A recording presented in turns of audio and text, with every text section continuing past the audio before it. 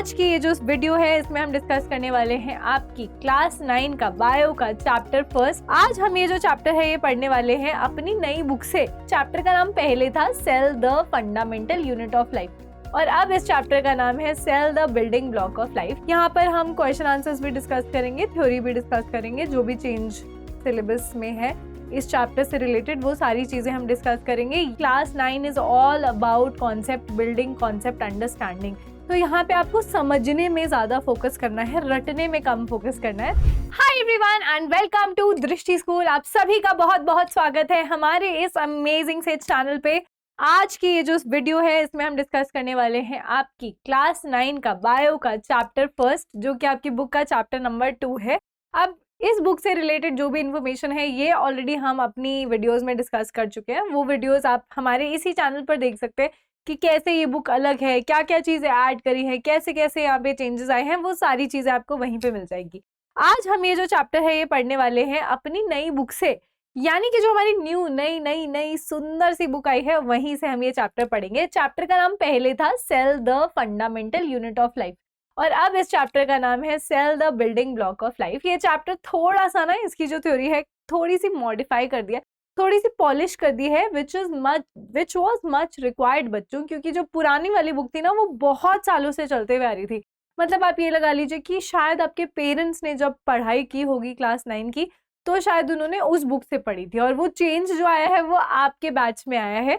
तो this was a much needed change. तो आज हम इसको इसी बुक से पढ़ेंगे, आपकी न्यू बुक से पढ़ेंगे, न्यू थ्योरी पढ़ेंगे, न्यू चैप्टर जो है उसको कवर करेंगे इस वीडियो में। तो वीडियो को लास्ट तक जरूर देखना because this is the second chapter of your book and the first chapter of bio. And शुरुआत ना बहुत अच्छी होनी चाहिए, अगर शुरुआत अच्छी होती है तो बाकी की पूरी क्लास बढ़िया ही जाती है ना। तो यहाँ पर हम क्वेश्चन आंसर्स भी डिस्कस करेंगे, थ्योरी भी डिस्कस करेंगे, जो भी चेंज सिलेबस में है इस चैप्टर से रिलेटेड वो सारी चीजें हम डिस्कस करेंगे। ये वाला जो चैप्टर है ये मैंने गूगल से आपकी न्यू एनसीईआरटी से ही डाउनलोड करा है। अब आप में से बहुत सारे बच्चे ऐसे होंगे जिनके पास बुक्स हैं, जिनके पास नहीं है। जिनके पास बुक्स हैं बहुत अच्छी बात है, जिनके पास बुक्स अभी नहीं है कोई बात नहीं, टेंशन लेने की जरूरत नहीं है। ये आपकी न्यू बुक का ही चैप्टर है तो आप यहाँ से कवर कर सकते हैं, कॉपी लेके बैठ सकते हैं, वहां पे आप लिख सकते हैं जो जो मैं आपको बताऊंगी। और ज्यादातर तो आपको देखो मैं आपको ऑलरेडी बता चुकी हूँ कि class 9 is all about concept building, concept understanding. तो यहाँ पे आपको समझने में ज्यादा फोकस करना है, रटने में कम फोकस करना है। तो इस चैप्टर को यहीं पर चलिए समझ लेते हैं। पहले हम इसका टाइटल ब्रेक करते हैं। टाइटल में आपका लिखा है cell the building block of life, यानी यहाँ बताया गया है कि जो सेल होता है वो बिल्डिंग ब्लॉक ऑफ लाइफ होता है। यानी जितनी भी लाइफ है, चाहे वो प्लांट हो बच्चों, चाहे वो हो प्लांट, चाहे वो हो एनिमल, चाहे वो हो छोटा सा बैक्टीरिया, कोई भी हो, चाहे वो बैक्टीरिया हो, चाहे वो कोई फंजाई हो। फंजाई मतलब मशरूम, जैसे खाते हो ना मटर मशरूम, कढ़ाई मशरूम, वो मशरूम होती है। तो चाहे वो कोई भी लिविंग ऑर्गेनिज्म हो, वो किससे मिलकर बनता है, उसका बिल्डिंग ब्लॉक क्या है, किससे मिलकर वो बनता है, वो मिलकर बनता है सेल से। Very very important. जैसे अगर मैं बोलूँ कि कोई बिल्डिंग है, बड़ी सी बिल्डिंग है, उसका बिल्डिंग ब्लॉक क्या होगा, तो आप बोलेंगे मैम बिल्डिंग तो दीवारों से बनती है और दीवारें ईंट से बनती है, यानी ब्रिक से बनती है। तो ब्रिक क्या हो गई, बेसिक यूनिट हो गई, बिल्डिंग ब्लॉक हो गया उस पूरी बिल्डिंग के लिए, है ना। वैसे ही यहाँ पर जो भी लिविंग चीज आपको, जितनी भी लिविंग चीजें आपको दिखती हैं वो सब मिलकर बनी होती हैं सेल से, ये यहाँ पर बताया गया है। अब चलते हैं नीचे, चलते हैं चैप्टर में। यहाँ पे बोला गया है कि थोड़ा सा ना स्टार्टिंग में बच्चों को ऐसा लगता है कि मैम सेल के बारे में कैसे पता चला होगा, सेल तो बड़ा छोटा सा होता है। तो ये सारी इन्फॉर्मेशन दी है कि सेल आया कहाँ से, सेल को देखा कैसे जाए, फिर बताया है कि सेल को पहले किसने देखा, कैसे देखा। ठीक है, पहले आपकी बुक में क्या था, सेल को इसने देखा, ऐसे सीधा डिस्कवरी से शुरू हुआ था। यहाँ पे बच्चों को क्वेश्चन रह जाता था मैम लेकिन सेल आया कहाँ से होगा, मतलब पहला सेल कहाँ से आया होगा। तो यहाँ पे आपको काफी सारी इन्फॉर्मेशन इस टाइप की दे रखी है, ध्यान से इसको समझते रहेंगे। एक एक लाइन हम यहाँ पे पढ़ने वाले हैं इस चैप्टर की, कुछ भी मिस नहीं करेंगे। तो यहाँ पे बोला गया है कि लाइफ जो है, ऐसा माना जाता है कि लाइफ जो ओरिजिनेट हुई थी वो पानी में हुई थी।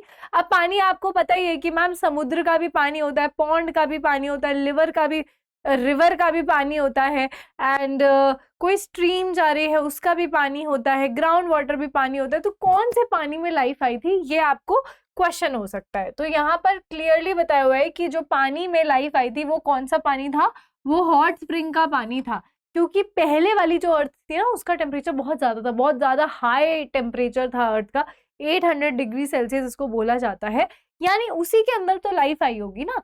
तो आज भी हम यही मानते हैं और इसी के ऊपर रिसर्चेस चल रही हैं कि हॉट स्प्रिंग में सबसे पहले लाइफ आई होगी। इंडिया में फॉर एग्जांपल पूगा वैली नाम की एक जगह है जो कि लद्दाख में है। अब आपको, अगर आपको थोड़ी बहुत ज्योग्राफी पता है, अगर आप थोड़ा बहुत घूमे फिरे हैं इंडिया में, तो आपको पता होगा कि लद्दाख एक ठंडा इलाका है, कश्मीर से भी ऊपर है लद्दाख। इंडिया के मैप में अगर आप देखेंगे तो कश्मीर से ऊपर वाला जो पार्ट है दैट इज लद्दाख। तो सोचिए वो रीजन कितना ठंडा होगा, लेकिन वहां पे भी हॉट स्प्रिंग्स होती हैं। ऐसा होता ही है बेटा पहाड़ों में ना, जैसे मैं केदारनाथ घूमने गई थी, घूमने नहीं गई थी, दर्शन करने गई थी, तो वहां पे भी हॉट स्प्रिंग्स हैं। पहाड़ों में हॉट स्प्रिंग्स होते हैं, वहां पे कुछ ऐसे पॉन्ड्स होते हैं जहाँ पे गर्म पानी निकलता है, ठीक है। तो पूगा वैली लद्दाख में है, ये आपको याद रखना है। बहुत ज्यादा हाई टेम्परेचर होता है इनका, बॉइलिंग वाटर होता है इवन इन कोल्ड क्लाइमेट, और यहाँ पे इस टाइप की कंडीशंस में ही माना जाता है सबसे पहले सेल आया होगा। कब आया होगा? Around 3.5 billion years ago similar conditions जो थी अर्थ की, उसी कंडीशन में सेल आया होगा। यहाँ पे बोला हुआ है कि इन जो सेल आए इनका नाम क्या था? थर्मोफाइल्स। थर्मो मतलब थर्मोमीटर होता है ना, थर्मोमीटर से बुखार नापते हो तो ऐसे याद रख सकते हो, थर्मोफाइल्स। थर्मोफाइल्स जो गर्म पानी में आने वाले सेल्स थे, जो गर्म पानी में रहने वाले सेल्स थे, उनको थर्मोफाइल्स बोला गया है। अब इसको प्रूव भी करा है, वेरी वेरी इंपॉर्टेंट, यहाँ पे इसको प्रूव भी किया गया है। बीरबल साहनी इंस्टीट्यूट के जो साइंटिस्ट हैं, पेलियो साइंस का ये इंस्टीट्यूट है, और यहाँ के जो साइंटिस्ट हैं उन्होंने बोला है कि हॉट स्प्रिंग में कैल्शियम कार्बोनेट होता है। हॉट स्प्रिंग में जो कैल्शियम कार्बोनेट होता है, चूना टाइप का ये स्ट्रक्चर होता है, चूना, थोड़ा कैल्शियम कार्बोनेट हार्ड सा स्ट्रक्चर हो जाता है, वाइट सा स्ट्रक्चर होता है, ठीक है।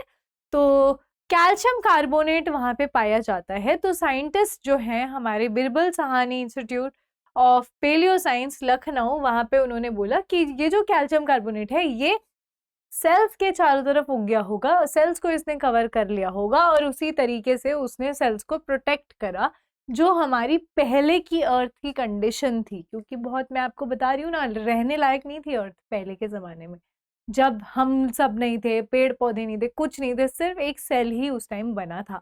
तो उस टाइम क्या हुआ होगा, कैल्शियम कार्बोनेट जो था वो रैपिडली फॉर्म हो जाता था हॉट स्प्रिंग में, और इसी ने आगे क्या किया है, हार्मफुल रेडिएशन और एक्सट्रीम क्लाइमेट से बचाया है। किसको बचाया है? एक्सट्रीम क्लाइमेट से सेल्स को बचाया है, एक बैरियर फॉर्म करा है उनके लिए, उनको बचाने में हेल्प करी है। आगे चलते हैं, आगे आपको इस चैप्टर में दिया हुआ है थोड़ा सा बैक्टीरिया और यूनिसेल्युलर ऑर्गेनिजम्स के बारे में, जो कि पहले वाली बुक में भी दिया हुआ था।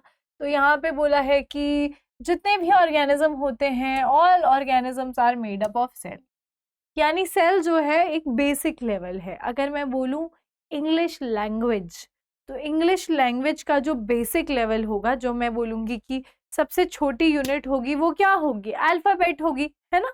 तो यहाँ पे बोला है कि कुछ ऑर्गेनिज्म ऐसे होते हैं जिनमें, जैसे बैक्टीरिया और यीस्ट, जिनमें सिर्फ एक सेल होता है, वो यूनिसेल्युलर होता है, और कुछ ऑर्गेनिज्म जैसे बर्ड्स, फिशेस, ह्यूमंस, प्लांट्स जो हैं वो मिलियंस ऑफ सेल से बनते हैं। जो एक सेल से बना है यूनिसेल्युलर, यूनी मतलब वन, मल्टी मतलब मेनी, तो यूनिसेल्युलर ऑर्गेनिजम्स एग्जांपल याद रखने हैं यीस्ट एंड बैक्टीरिया, और कुछ होते हैं मल्टी सेल्युलर ऑर्गेनिज्म।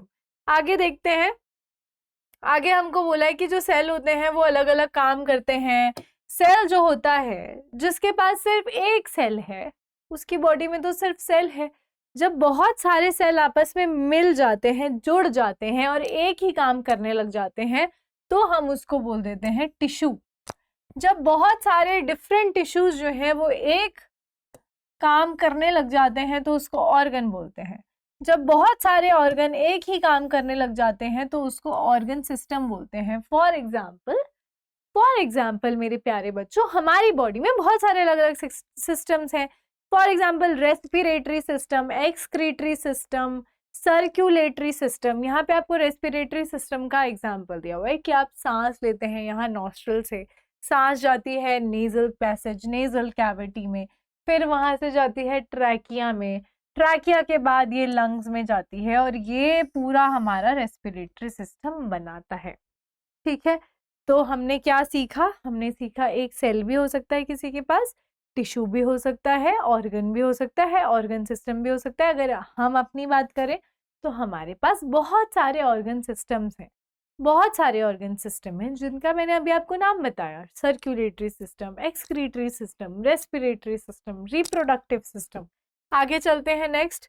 आगे हमको ये बताया हुआ है कि बहुत छोटा होता है सेल, और बहुत छोटे सेल को कैसे देखा जाए। यहाँ पे आपको एक ब्रीफ वो भी दे रखा है, कंपैरिजन भी दे रखा है कि सेल कितना छोटा होता है।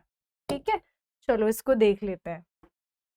देखो, आपको यहाँ पे बताया गया है कि आपने कभी सेल को देखा नहीं है, सेल को आपने कभी देखा नहीं है क्योंकि सेल एक्चुअली होता ही बहुत छोटा है, बहुत छोटा होता है सेल, 1 मिलीमीटर से भी छोटा होता है सेल। ठीक है, तो यहाँ पे आपको बताया है कि 0.1 न्यूटन मीटर का, नैनोमीटर का होता है एटम, उससे बड़ा होता है कुछ मॉलिक्यूल, उससे बड़े होते हैं लिपिड, फिर प्रोटीन, फिर राइबोसोम, वायरस, स्मॉलेस्ट बैक्टीरिया, फिर 1 micrometre mitochondria, most bacteria, 10 micrometre nucleus, 100 micrometre का होता है एनिमल सेल, 1.1 मिलीमीटर, कितना छोटा देखा है ना स्केल में, 1.1 मिलीमीटर कितना छोटा होता है, 1.1 मिलीमीटर का होता है एक अमीबा।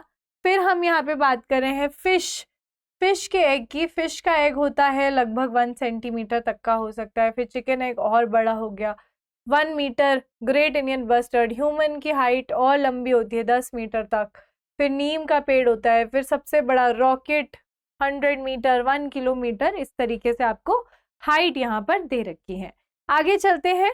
यहाँ पे बोला है कि अगर आप छोटे सी अगर आप दो डॉट बनाओगे ना दूर दूर, और फिर आप उन डॉट्स को पास पास पास पास करते रहोगे, पास पास पास पास बनाते रहोगे, तो एक टाइम आएगा जब आपकी आंखों को लगेगा कि ये तो एक ही डॉट है, ये तो एक ही डॉट है। और वो कितना डिस्टेंस होगा? 0.1 मिलीमीटर पे आपकी आंखों को लगेगा कि इनके बीच में तो कोई डिफरेंस ही नहीं है, ये एक ही पॉइंट है। दोनों जो हमने पॉइंट बनाए हैं वो इतने क्लोज बना दिए हैं 0.1 mm, तो वो हमें लगेंगे कि ये एक ही बिंदु है, हमें डिफरेंस ही वहां पर पता नहीं चलेगा। इसको बोला जाता है लिमिट ऑफ रिजोल्यूशन, इसको बोला जाता है लिमिट ऑफ रिजोल्यूशन। ठीक है, ये यहाँ पर आपको बताया गया है कि अगर आप डॉट्स बनाओगे फिर पास पास पास पास करते रहोगे, पास पास पास पास करते रहोगे, 25 सेंटीमीटर से अगर आप उसको देखोगे तो 2 पॉइंट्स जो हैं अगर उनके बीच में इससे कम का डिफरेंस है तो उसको हम डिस्टिंक्ट मानते हैं। अगर इससे कम का डिफरेंस है तो उसको बोलते हैं लिमिट ऑफ रिजोल्यूशन। इससे कम का डिफरेंस होगा तो हमारी आंख पता नहीं लगा पाएगी। तो फिर हमारी आंख सेल को कैसे देखती है? सेल को देखने के लिए हमारे पास एक स्पेशल डिवाइस होती है जिसको बोला जाता है माइक्रोस्कोप। और माइक्रोस्कोप से आप छोटी चीजें, मतलब जो मैं बोल रही हूँ 0.1 mm, 0.1 mm मतलब 1 मिलीमीटर का भी छोटा पार्ट, उसको आप मैग्नीफाई करके देख सकते हो। कैसे देख सकते हो? आपके पास वहां पे लेंसेज होती है। कौन सी लेंस होती है? यहाँ से भी आपसे क्वेश्चन पूछ सकते हैं, कौन सी लेंस होती है? कॉन्वेक्स लेंस होती है। और भी it is a combination of lenses. यहाँ पे ऑब्जेक्टिव लेंस है, आई पीस है, इनको यूज किया जाता है मैग्नीफाई करने के लिए, मैग्निफिकेशन के लिए। और ऐसे ही सबसे पहला सेल देखा गया था, सबसे पहला सेल देखा था, वेरी वेरी वेरी इंपॉर्टेंट, सबसे पहला सेल देखा था रॉबर्ट हुक ने 1665 में। It was a dead cell. जब उन्होंने सेल को देखा उन्हें खाली खाली डब्बे मिले, वहां पर ऐसा लगा खाली खाली डब्बे वो देख रहे हैं, उसको इन्होंने नाम दिया सेल। सेल का मतलब ही होता है a living, a small room. ठीक है, तो सेल का मतलब ही होता है बेटा a small room. It was a self design microscope.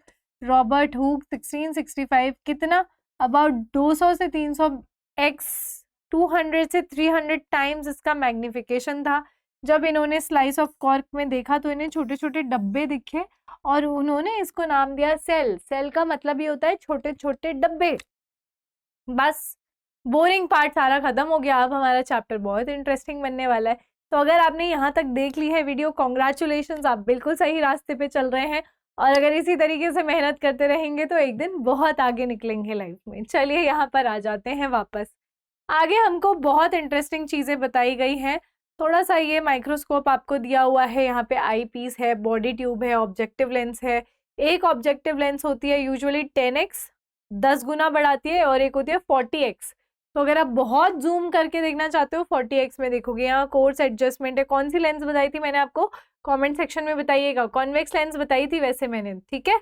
आगे चलते हैं। यहाँ पर आपको थोड़ा सा बताया हुआ है कि एक ये माइक्रोस्कोप है जिसका नाम है कंपाउंड माइक्रोस्कोप, लाइट माइक्रोस्कोप भी बोल सकते हो। एक होता है इलेक्ट्रॉन माइक्रोस्कोप। अगर आप बहुत ही एक्सट्रीम जूम करके देखना चाहते हो कोई चीज, सेल के अंदर की चीजें देखना चाहते हो कि सेल के अंदर भी क्या है, तो आप उसको इलेक्ट्रॉन माइक्रोस्कोप से देखेंगे।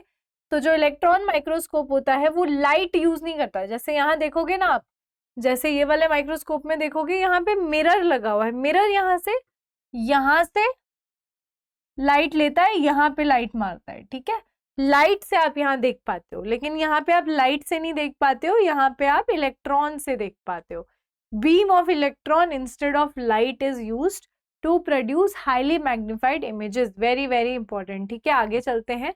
यहाँ पे आपको छोटा सा ना एक फॉर्मूला दे रखा है कि 1 मिलीमीटर 1 mm, जो आपके स्केल में 1 mm होता है, is equal to 1000 micrometre. 1000 micrometre, ठीक है। माइक्रोमीटर को इस तरीके से रिप्रेजेंट किया जाता है बच्चों, ठीक है। तो कितना छोटा होता है 1 mm, कितना छोटा होता है। अगर आपने अपने स्केल में देखा है कितना छोटा होता है 1 mm, है ना। तो उसको भी हम 1000 माइक्रोमीटर उसको बोला जा सकता है। तो यहाँ पर आपको छोटा सा एक्सपेरिमेंट दिया हुआ है, मैं आपको यहीं पे समझा देती हूँ, ज्यादा मुश्किल है नहीं यहाँ समझना इसको। आपको बोला जब आप माइक्रोस्कोप से देखेंगे तो लगभग आपको मान लीजिए इतना एरिया दिख रहा है। तो इस एरिया में आपको ना अपना स्केल रखना है, ऐसे करके अपना स्केल रख दो। स्केल से मान लीजिए यहाँ 5 mm आ रहा था, मान लीजिए यहाँ स्केल से 5 मिलीमीटर एरिया आ रहा था, ठीक है। फिर आप इसी माइक्रोस्कोप में क्या देखेंगे, इसी माइक्रोस्कोप में आपको देखना होगा अनियन पील। अनियन पील क्या होता है, जब आप अनियन, प्याज होती है ना, प्याज उसको सेपरेट करेंगे। अनियन के अंदर ऐसे लीव्स टाइप का स्ट्रक्चर होता है, जब आप उसको सेपरेट करेंगे तो अनियन के अंदर वाली साइड से ना एक ट्रांसपेरेंट सी प्लास्टिक जैसी एक मेम्ब्रेन निकलती है। उसको आप जब माइक्रोस्कोप में देखेंगे तो यहाँ पे आपको कुछ इस तरीके का स्ट्रक्चर दिखेगा उसके अंदर। जब आप इसको माइक्रोस्कोप में देखेंगे आपको ऐसे ऐसे ऐसे ऐसे करके सेल्स दिखेंगे। आपको इन्हें भी काउंट करना है, ठीक है। तो यहाँ पे बोला गया है कि ये लगभग 25 सेल्स मान लीजिए आप, 25 आपको यहाँ पे दिख रहे थे। और टोटल एरिया कितना है, डायमीटर कितना है इस गोले का, 5 mm। तो आप इसको निकाल सकते हैं कि सेल का साइज कितना है। सेल का साइज निकालने का फॉर्मूला देखा है, एस्टिमेटेड साइज ऑफ अनियन पील, जितना डायमीटर है, कितना डायमीटर है 5 mm। तो 5 mm को हम क्या लिख सकते हैं, 5 इंटू 1000 माइक्रोमीटर में लिखना होता है ना, अपॉन 25। तो आप इसको सॉल्व कर दो। 5 1 ज़ा 5, 5 5 ज़ा 25, 5 1 ज़ा 5, 5 2 ज़ा 10। तो यहाँ आंसर कितना आ जाएगा, 200।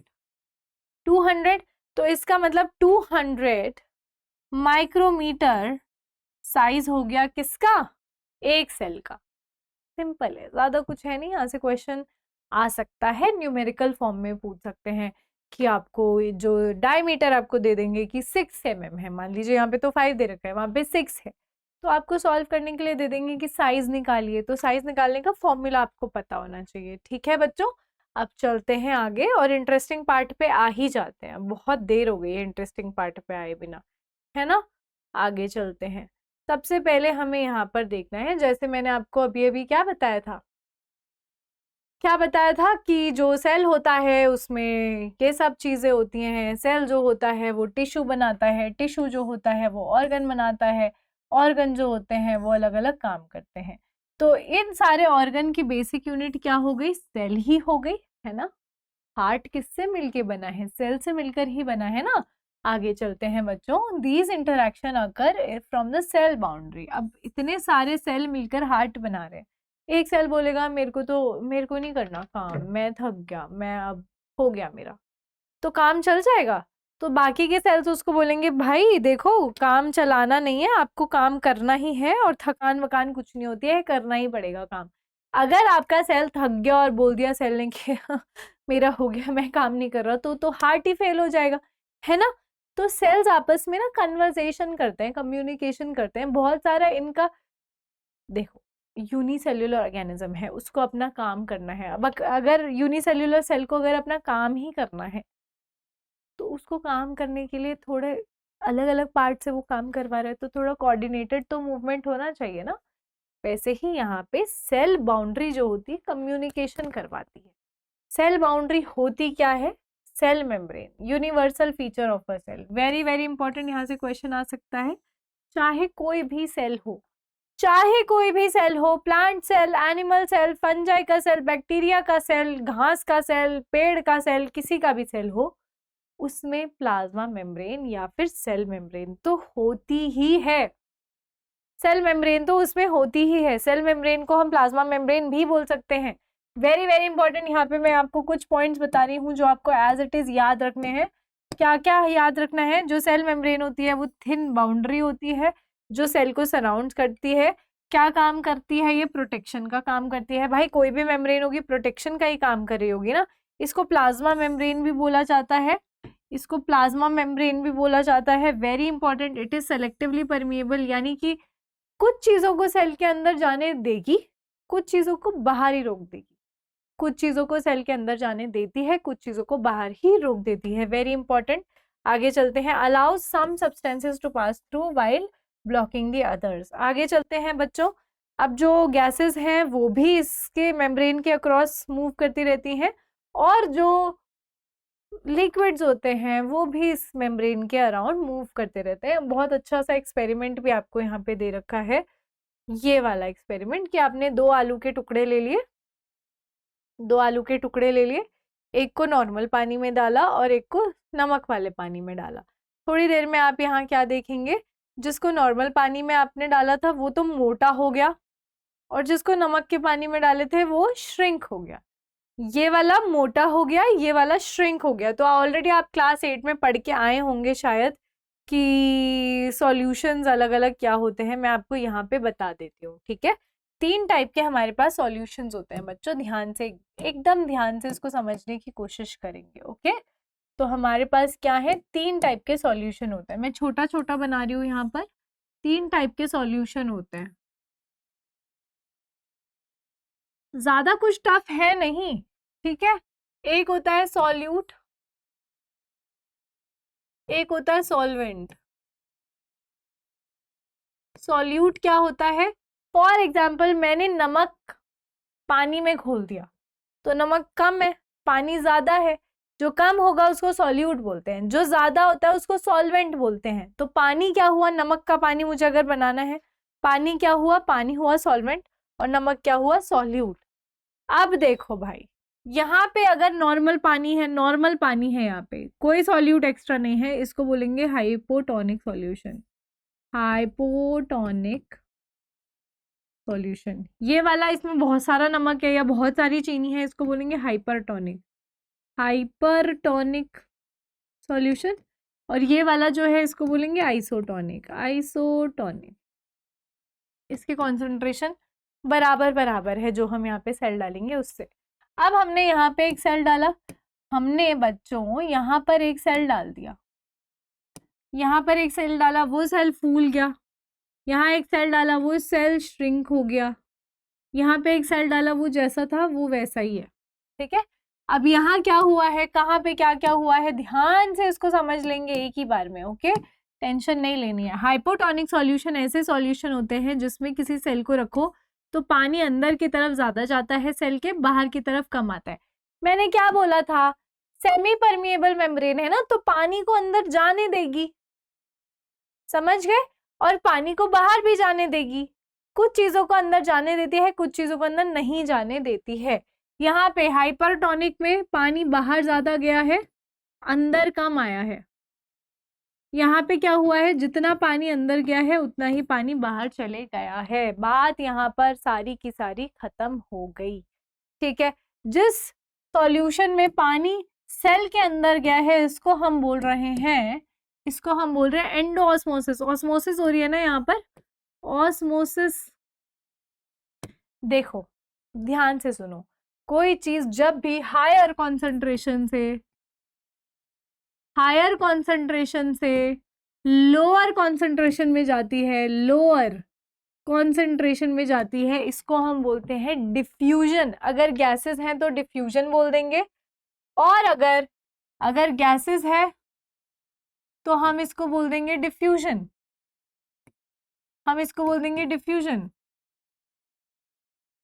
और अगर ये है वाटर या फिर सॉल्यूट सॉल्वेंट है तो हम इसको बोल देंगे ऑस्मोसिस, तो हम इसको बोल देंगे ऑस्मोसिस। अब यहाँ पे क्योंकि पानी घुस रहा है सेल के अंदर, सेल मोटा फूल जा रहा है, तो इसको बोलेंगे ऑस्मोसिस हुई है। कौन सी ऑस्मोसिस? एंडो ऑस्मोसिस हुई है, क्योंकि अंदर गया है पानी। इसमें भी ऑस्मोसिस हुई है, ऑस्मोसिस हुई है। कौन सी ऑस्मोसिस हुई है? पानी बाहर गया है तो एक्सोऑस्मोसिस हुई है। यहाँ पे सेम कंसंट्रेशन थी तो यहाँ सब कुछ सेम रहा है। याद रखना है, कोई भी चीज ज्यादा से कम की तरफ जाती है जब तक वहां पे एक बैलेंस क्रिएट हो जाए, जब तक वहां पे एक बैलेंस क्रिएट हो जाए। यहाँ पे इस वाले सॉल्यूशन में, हाइपरटोनिक सॉल्यूशन में नमक का पानी था, नमक का पानी था, तो सेल के अंदर जो पानी था बेचारा भोला होता है ना, पानी तो बेचारा कितना प्यारा होता है ना। पानी को लगा देखो सेल के अंदर कितना सारा पानी है, बाहर तो पानी की कमी है, एक काम करता हूँ सेल से बाहर चले जाता हूँ। तो पानी सेल से बाहर चले गया, क्यों गया है? कॉन्सेंट्रेशन ग्रेडियंट को मेंटेन करने के लिए, ये जो ज्यादा और कम है ना, इसको बैलेंस आउट करने के लिए गया है। ठीक है, इसी को ऑस्मोसिस और डिफ्यूजन बोलते हैं। गैसेस होगी तो डिफ्यूजन और वो होगा तो ऑस्मोसिस। याद रखना है, याद रखना है। The movement of water from higher concentration to lower concentration या फिर to balance the concentration gradient is called osmosis. Diffusion हमारी लंग्स में होता है, जब हम सांस लेते हैं तो हमने ऑक्सीजन ज्यादा वाली सांस ली है, जब वो सांस हमारे लंग्स के अंदर चली जाती है, वहां पे एल्वियोलाई प्रेजेंट होते हैं, तो एल्वियोलाई के अंदर भी गैसेस हैं, तो CO2 आ जाती है इधर और ऑक्सीजन चली जाती है ब्लड में, और फिर हम CO2 बाहर निकाल देते हैं, सांस छोड़ के बाहर निकाल देते हैं। ठीक है, तो diffusion and osmosis are very very important processes. यहाँ पे क्या बताया हुआ है आपको? बीकर बी में जो वेट है वो डिक्रीज हो गया, श्रिंक हो गया ना। This happens because cell membrane allows water to move in and out of the cell but not the sugar और salt molecules. Water moves from an area with more water and less solute to an area with less water and more solute concentration until the concentration of two becomes equal. This movement of water through selectively permeable membrane is called osmosis. Very very easy. यहाँ पे लिखा हुआ भी है कि ये आपने already 8th class में क्यूरियोसिटी चैप्टर 5 में पढ़ लिया है। फिर यहाँ पे डिफ्यूजन के बारे में भी बताया हुआ है कि गैसेस के केस में हम इसको डिफ्यूजन बोल देंगे। यहाँ पे बहुत इंटरेस्टिंग फैक्ट बता रखा है आपको, क्या हुआ है यहाँ पे 3 टाइप के सॉल्यूशन है, उसमें हमने आरबीसी डाल दी है। अब यहाँ पे क्या होगा? आरबीसी डाल दी है तो हाइपरटोनिक सॉल्यूशन में आरबीसी श्रिंक हो गई, हाइपोटोनिक में स्वेल हो गई, आइसोटोनिक में जैसी थी वैसी ही रही। याद रखना है इसे। आगे चलते हैं, अब आ जाते हैं आगे प्लाज्मा मेम्ब्रेन के बारे में और चीजें पढ़ लेते हैं। ऑलरेडी हम क्या क्या पढ़ चुके हैं? It is a protective layer, it is a thin layer, it is universal, हर सेल में मिलेगी। 3 पॉइंट हो गए। इसके बाद हमने पढ़ा था इट इज सेमी परमिएबल, इसमें ऑस्मोसिस और डिफ्यूजन होता है, कॉन्सेंट्रेशन ग्रेडियंट मेंटेन होता है, हायर कॉन्सेंट्रेशन से लोअर कॉन्सेंट्रेशन की तरफ चीजें मूव करती हैं। ये जो मेम्ब्रेन होती है ये लिपिड और प्रोटीन से बनती है। वेरी इंपॉर्टेंट, पहले ये आपकी बुक में डायग्राम नहीं होता था, तो यहाँ देखेंगे ध्यान से, पर्पल कलर के गोले हैं और उनसे टेल लगी हुई है। क्या बोला मैंने? पर्पल कलर का ऐसा गोला है और उससे ऐसे टेल निकली हुई है ऐसे करके, ये लिपिड है बेटा, दिस इज अ लिपिड। ये इसका हेड है लिपिड का, ये वाला जो पार्ट है लिपिड का, दिस इज द हेड, इसको बोलते हैं हेड, और ये जो है इसको बोलेंगे टेल। अब ये जो हेड है ये वाटर लविंग हेड है, ये पानी से प्यार करती है। हेड बोलता है मैं बाहर निकल जाता हूँ, पानी आया तो मुझे टच कर लेगा पानी। टेल जो है इट इज हाइड्रोफोबिक, पानी से दूर रहना चाहती है। टेल कहती है मुझे दूर रखो पानी से। ठीक है, तो टेल अंदर की तरफ होती है और हेड्स जो होते हैं वो बाहर की तरफ होते हैं। यहीं पे आपको प्लाज्मा मेम्ब्रेन में प्रोटीन्स भी आपको दिखेंगे, तो कुछ प्रोटीन ये हैं और कुछ ये ऐसे लंबे प्रोटीन हैं, ठीक है। इसको बोलते हैं फ्लूइड मोज़ेक मॉडल। क्यों बोल रहे हैं fluid mosaic model? It is made up of lipids and proteins. Fluid mosaic model इसको बोलते हैं। क्यों बोल रहे हैं फ्लूइड मोज़ेक? क्योंकि यहाँ पर फ्लिप होते हैं ये जो स्ट्रक्चर है ये ऐसा कंफर्म स्ट्रक्चर नहीं है प्लास्टिक के जैसा, ये फ्लिप होते रहते हैं, मॉलिक्यूल्स चेंज होते रहते हैं, इधर उधर लुढ़क पुढ़क करते रहते हैं, हिलते रहते हैं, मूव होते रहते हैं। It is a living membrane, ठीक है। The membrane has a lipid bilayer. यहाँ पे 2 लेयर दिख रही है ना लिपिड के, एक ऊपर एक नीचे। रटना नहीं है बेटा, याद मतलब समझ आ जाना चाहिए। लिपिड की बाइलेयर है, सैंडविच है, जैसे मम्मी ब्रेड ऊपर ब्रेड नीचे, वैसे यहाँ पे ब्रेड की जगह क्या है, सैंडविच मॉडल भी बोलते हैं इसको बाय द वे। तो दोनों लिपिड्स की जो लेयर है वो ऐसे ऊपर ऊपर है, बीच बीच में प्रोटीन्स है। लिपिड बाइलेयर है, स्पेशल फैट मॉलिक्यूल्स हैं जो वाटर अट्रैक्टिंग हेड आउटवर्ड्स हैं, और वाटर रिपेलिंग टेल्स जो वाटर से डर रही हैं, वाटर को रिपेल कर रही हैं, वो अंदर की तरफ प्रेजेंट होती हैं। The molecules can move sideways, flip, rotate within the membrane, इसीलिए इसको फ्लूइड मोज़ेक मॉडल का फ्लूइड इसको बोल रहे हैं। Protein in the membrane act as gatekeeper, ये हेल्प करते हैं चीज़ों को बाहर से अंदर जाने के लिए, तो ये एज गेट कीपर्स यहाँ पर वर्क कर रहे होते हैं। Very very important. आगे चलते हैं। ये जो स्ट्रक्चर है इसमें ये जो लिपिड्स और प्रोटीन है टाइल की तरह लगा हुआ है, कि टाइल जैसे नहीं लगा देते कि ये इसके बाद ये, इसके बाद ये, इसके बाद ये, इसी वजह से उसको मोज़ेक बोला जाता है। तो टोटल मिला के फ्लूइड मोज़ेक मॉडल हो गया। यहाँ पे all living cells communicate with the surroundings and the neighbouring cells through the cell membrane. Very very important. आपस में बात कैसे कर रहे हैं? पड़ोसी सेल आपस में बात कैसे करेंगे? उनके बीच में जो दीवार है उससे करेंगे। कौन सी दीवार है? सेल मेम्ब्रेन दीवार है, ठीक है। However cells of plant, fungi and bacteria, very very very important, have an additional membrane around them, जिसको सेल वॉल कहा जाता है। चलिए बच्चों आगे चलते हैं, सेल वॉल पढ़ लेते हैं। अब ज्यादा पार्ट बचा नहीं है, खत्म करते हैं इस चैप्टर को जल्दी से। चलिए सेल वॉल पे आ जाते हैं। कुछ नहीं है, यहाँ पे आपको ये डायग्राम दिया हुआ है। सबसे पहले ए जो है वो अनियन पील है, दूसरा बी जो है वो चीक सेल है। चीक सेल कैसे? आप बोलोगे मैम खाल उखाड़ ली क्या? अंदर अंदर जो चीक के सेल्स हैं वो आपको दिखाए गए हैं, तो दोनों में थोड़ा सा डिफरेंस है। उसमें सेल वॉल है, इसमें सेल वॉल नहीं है। सेल वॉल क्या होता है ये हम अब आगे देखने वाले हैं। वेरी वेरी वेरी इंपॉर्टेंट, ध्यान से इसको देखेंगे, एक ही मिनट में समझ लेंगे, एक ही जगह समझ लेंगे। बहुत बहुत इंटरेस्टिंग, बहुत बहुत प्यारा है। याद रखना है कि एनिमल सेल के अलावा सबके पास सेल वॉल होती है, ठीक है। कैसे याद रखोगे? बच्चे बड़े कंफ्यूज रहते हैं। याद कैसे रखोगे? जानवरों को दीवारों के बीच में नहीं रखा जा सकता। You can not capture animals inside walls, you can not keep them like that, है ना। तो आप याद रखेंगे, एनिमल्स तो हिलते डुलते होते हैं, मूव करते रहते हैं इधर उधर, वो तो उनको दीवारों में नहीं रख सकते, तो उनके पास सेल वॉल नहीं होती।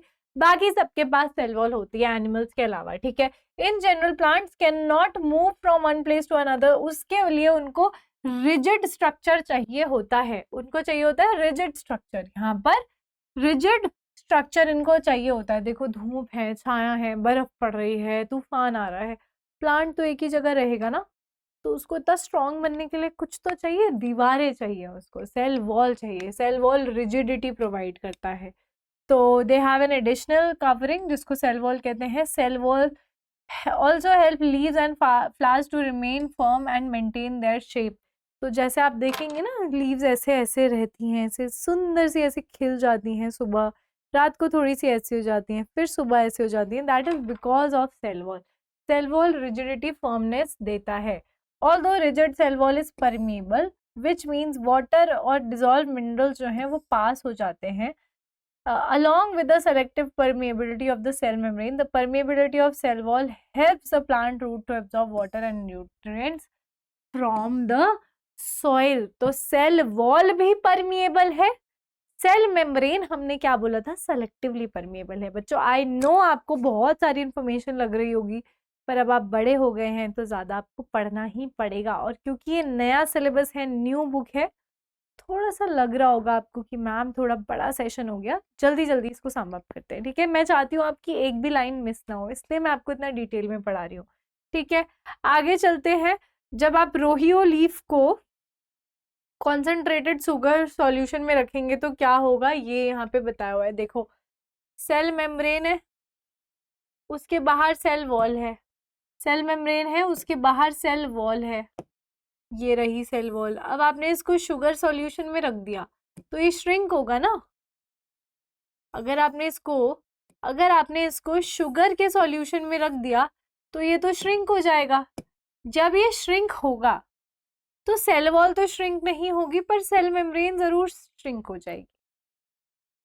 सेल वॉल को कुछ फर्क नहीं पड़ेगा, it is a dead membrane. लेकिन सेल वॉल को कुछ नहीं हुआ है, लेकिन सेल मेम्ब्रेन अंदर चली गई है, श्रिंक हो गई है। इसको प्लाज्मोलिसिस भी बोला जाता है। ठीक है, तो देख लेते हैं। The cell do not shrink in size because of rigid cell wall, जो उसकी शेप को मेंटेन करते रहते हैं। तो सेल वॉल का काम ही है मेंटेनेंस ऑफ रिजिडिटी। आगे चलते हैं। एनिमल सेल जो है उनके पास कोई भी सेल वॉल नहीं होती है। अगर उनको आप कॉन्सेंट्रेटेड सॉल्यूशन में रखेंगे तो वो शेप चेंज कर देते हैं। ठीक है, without rigid cell wall animal cell can change shape easily, their cellular flexibility supports overall movement. ये इन प्लांट जो सेल वॉल है, very very very important, plant में जो सेल वॉल है वो सेल्यूलोज से बनी हुई होती है।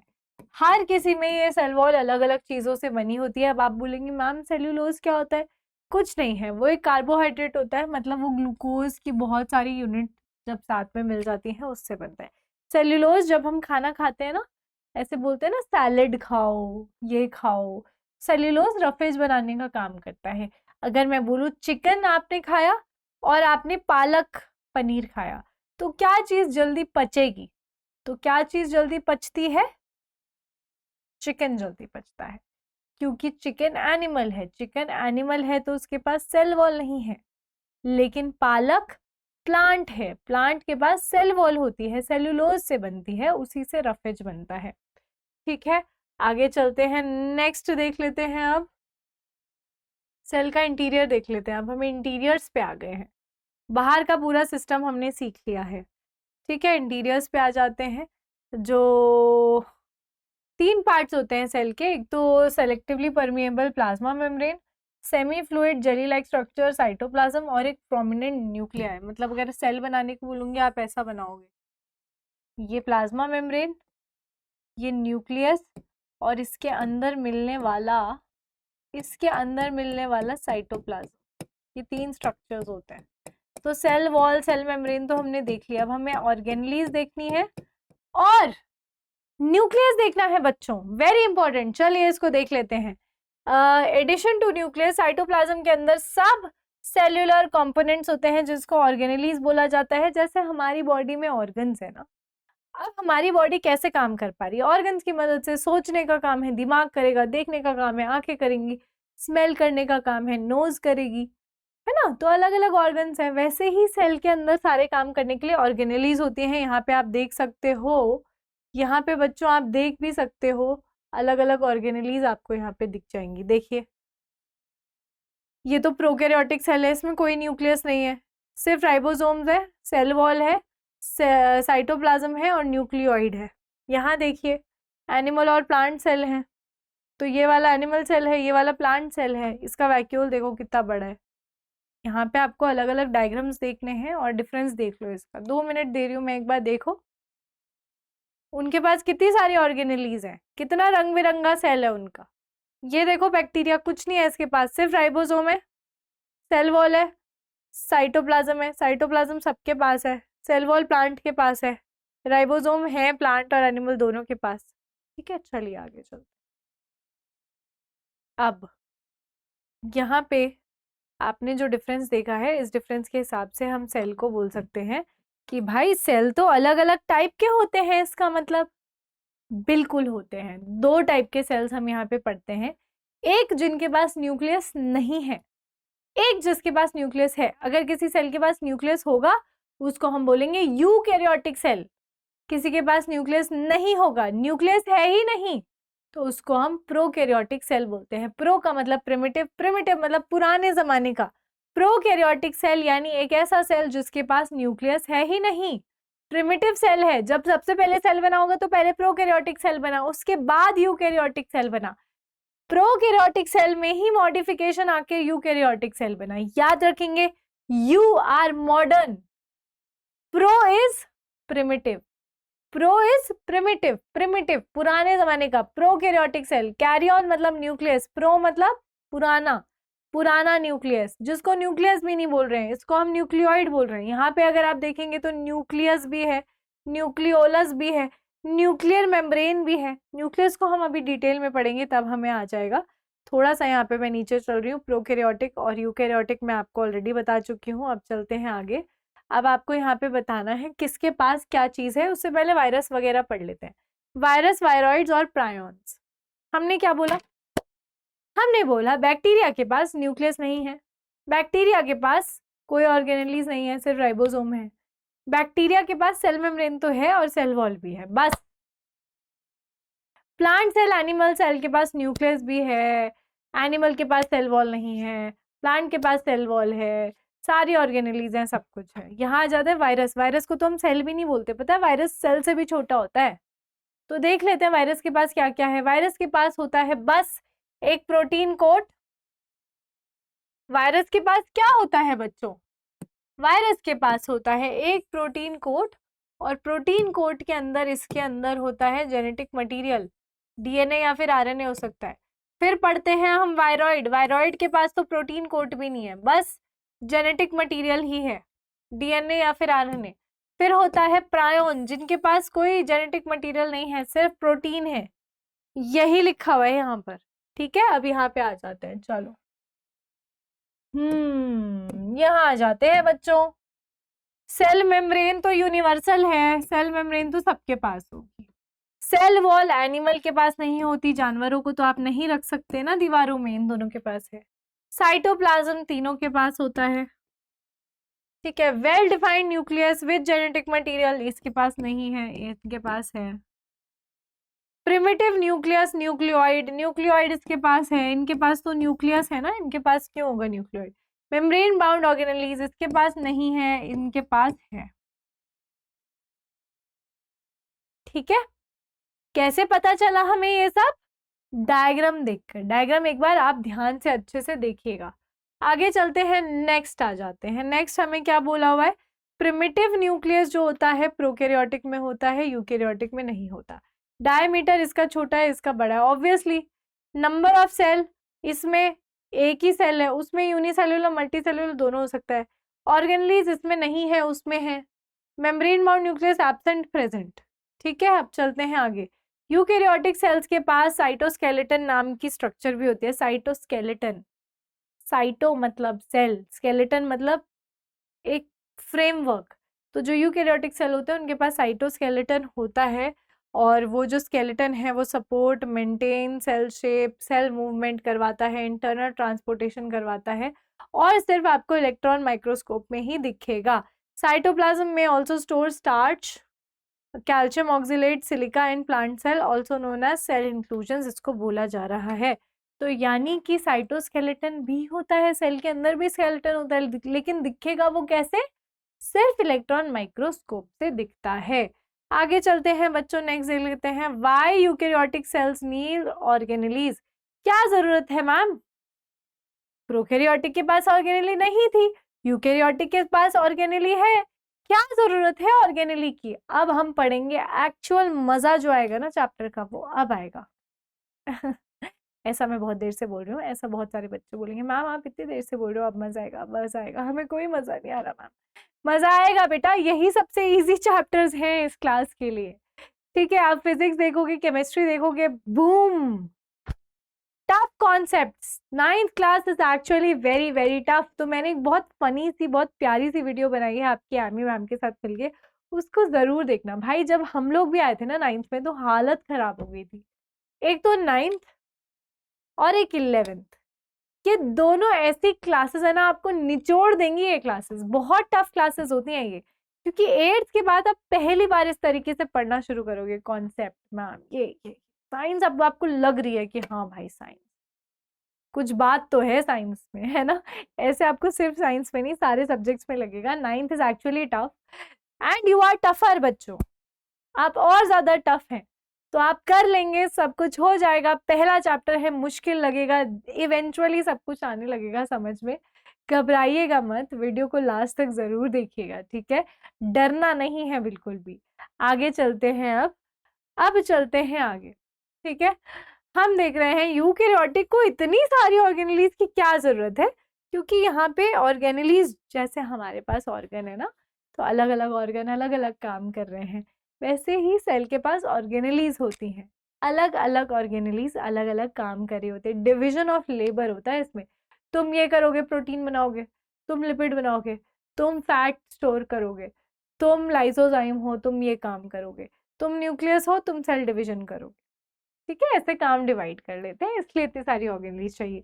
सबसे ज्यादा इंपॉर्टेंट हमको देखना है न्यूक्लियस। सेल के अंदर न्यूक्लियस होता है, nucleus is like the brain of the cell, बहुत इंपॉर्टेंट होता है न्यूक्लियस, ठीक है। न्यूक्लियस के अंदर क्या होता है, क्रोमोसोम। क्रोमोसोम जो है वो डीएनए और प्रोटीन से बना होता है। यहाँ आ जाते हैं, न्यूक्लियस है, न्यूक्लियस के अंदर न्यूक्लियोलस होता है जहाँ पे प्रोटीन्स बनते हैं, राइबोसोम्स बनते हैं, ठीक है। डबल लेयर मेम्ब्रेन है, न्यूक्लियस खुद में डबल मेम्ब्रेन का है, समझ रहे हो तुम।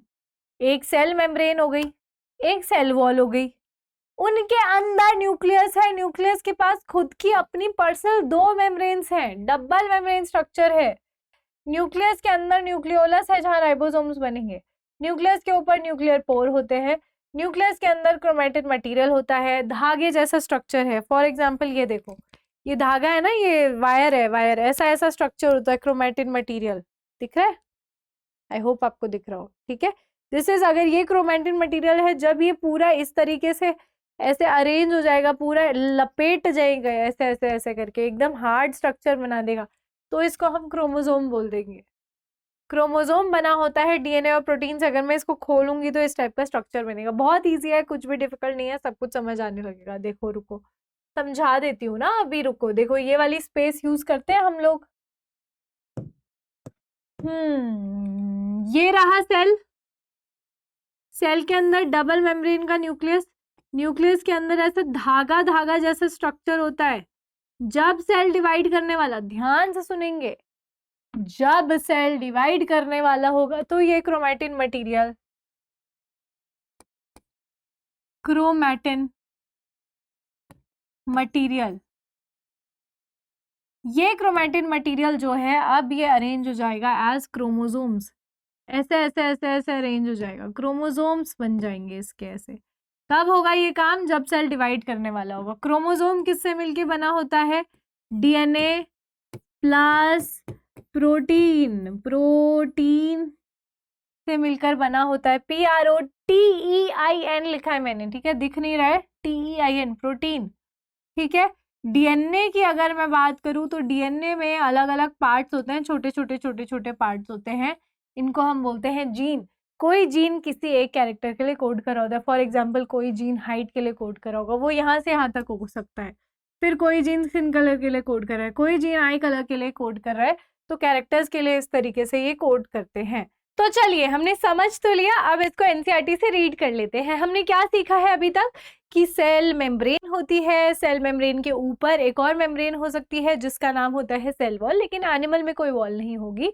उसके अंदर होता है एक न्यूक्लियस नाम का स्ट्रक्चर, जो कि सिर्फ आपको यूकैरियोट्स में मिलेगा। न्यूक्लियस एक डबल मेम्ब्रेन स्ट्रक्चर है जिसके अंदर आपको न्यूक्लियोलस मिलता है। इसको चलिए बच्चों फटाफट से एक बार रीड करके खत्म करते हैं। सबसे पहले हमको क्या बोला है, nucleus has a double layer covering, जिसको न्यूक्लियर मेम्ब्रेन बोला जाता है। उस मेम्ब्रेन से क्या होता है, ट्रांसफर ऑफ मटेरियल होता है between the nucleus and the cytoplasm. उसके बाद हमारा सेकेंड स्ट्रक्चर जो न्यूक्लियस के अंदर हमको मिलता है वो है न्यूक्लियोलस। ये एक डेंस राउंड बॉडी है न्यूक्लियस के अंदर, जहां पर सिंथेसिस ऑफ राइबोसोमल सब यूनिट्स होता है। राइबोसोम आगे हम पढ़ेंगे एक ऑर्गेनेली है जिसमें 2 यूनिट्स होती हैं, एक बड़ी यूनिट होती है और एक छोटी यूनिट होती है, 2 सब यूनिट से ये बनता है। तो राइबोसोम बनते कहाँ है, न्यूक्लियोलस के अंदर बनते हैं बच्चों। आगे चलते हैं, these subunits then exit the nucleus, ये साइटोप्लाज्म में आ जाती है। जब सब यूनिट बन जाएगी तो वो आ जाएगी साइटोप्लाज्म में और फिर वो ज्वाइन हो जाएगी और वो राइबोसोम बन जाता है, where large one and small one assemble to form ribosome. ऐसे बड़ी सब यूनिट होती है और नीचे से जैसे बन टिक्की नहीं होती, बन टिक्की में 2 बन होते हैं, वैसे ही यहाँ पर राइबोसोम बन जाता है। Very very easy. आगे चलते हैं बच्चों, नेक्स्ट देखते हैं। आगे हमको लिखा हुआ है the nucleus contain chromosomes which are visible as rod shape structures only when the cell is about to divide. ये हम ऑलरेडी पढ़ चुके हैं। क्रोमोसोम के अंदर इंफॉर्मेशन होती है इनहेरिटेंस के लिए, वो पेरेंट से अगली जनरेशन में जाता है, जो मैंने आपको जीन्स की बात करी है, ठीक है। तो ये जो क्रोमोसोम है ये तब बनेगा जब सेल डिवाइड करने वाला होगा, क्रोमैटिन मटेरियल से बनेगा क्रोमोसोम। क्रोमोसोम बना होता है डीएनए प्लस प्रोटीन से। जब हम इसके सिर्फ डीएनए वाले पार्ट को देख रहे हैं तो डीएनए वाले पार्ट में बहुत सारे जीन होते हैं जो अलग अलग कैरेक्टर्स के लिए कोड करते हैं, यही यहाँ पर लिखा है। In a non dividing cell the DNA is present as a part of chromatin, जिसको हम बोलते हैं क्रोमैटिन मटेरियल, जो कि विजिबल होता है एज एन इंटेंगल्ड मास, ऐसे धागा धागा जैसा ऐसा इंटेंगल्ड मास यहाँ पर पड़ा रहता है। जब सेल डिवाइड करेगा तो ये क्रोमोसोम बन जाएगा। आगे चलते हैं, यहाँ पर एक बहुत इंटरेस्टिंग फैक्ट लिखा है जो पहले वाली एनसीईआरटी में नहीं था। तो अब इस वाली क्लास में मैं आपको सारी चीज़ें ये पढ़ा रही हूँ कि ये पहले था ये नहीं था। तो यहाँ पर आपको बताया हुआ है, क्या हर सेल में न्यूक्लियस होगा? क्या हर यूकैरियोटिक सेल में न्यूक्लियस होगा? हम कहते हैं नहीं, हर यूकैरियोटिक सेल में न्यूक्लियस नहीं होता है। For example RBC, red blood cell जो होता है, जिसकी वजह से आपका खून रेड कलर का दिखता है बच्चों। रेड ब्लड सेल का काम होता है ऑक्सीजन को इधर से उधर लेके जाना, लंग्स से ऑक्सीजन कलेक्ट करना। हीमोग्लोबिन उसके अंदर प्रेजेंट होता है, हीमोग्लोबिन कलेक्ट करेगा ऑक्सीजन और अलग अलग पार्ट्स में लेकर जाएगा। तो जो सरफेस एरिया बढ़ाने के लिए यहाँ पर जो आरबीसी की शेप होती है वो इस तरीके की होती है, बायकॉन्केव शेप हो जाती है। क्यों हो जाती है ऐसी शेप? क्योंकि उसमें न्यूक्लियस नहीं है। पहले इनिशियली जब आरबीसी बना है तब उसमें न्यूक्लियस होता है, इवेंचुअली वो न्यूक्लियस हट जाता है, खत्म हो जाता है। तो आरबीसी के अंदर do not have a nucleus, ये ई न्यूक्लियेट स्ट्रक्चर होते हैं। Absence of nucleus provide more space for haemoglobin allowing transport of larger amount of oxygen, ठीक है। तो ये सरफेस एरिया यहाँ पर बढ़ गया है, इसी वजह से इनका शॉर्ट लाइफ स्पैन भी होता है। न्यूक्लियस नहीं है इस वजह से सिर्फ 120 दिन तक जिंदे रहते हैं, क्योंकि यहाँ पे कोई काम ही नहीं हो पाता।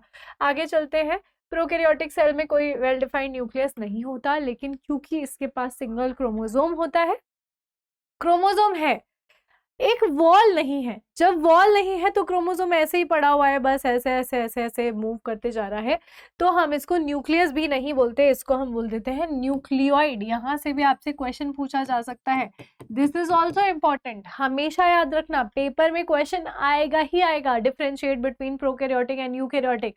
तो आप उसमें सबसे मेन डिफरेंस यही लिखेंगे कि यूकैरियोट्स में nucleus well defined double membrane का न्यूक्लियस होता है और प्रोकैरियोट्स में नहीं होता है, इनके पास न्यूक्लियोइड होता है।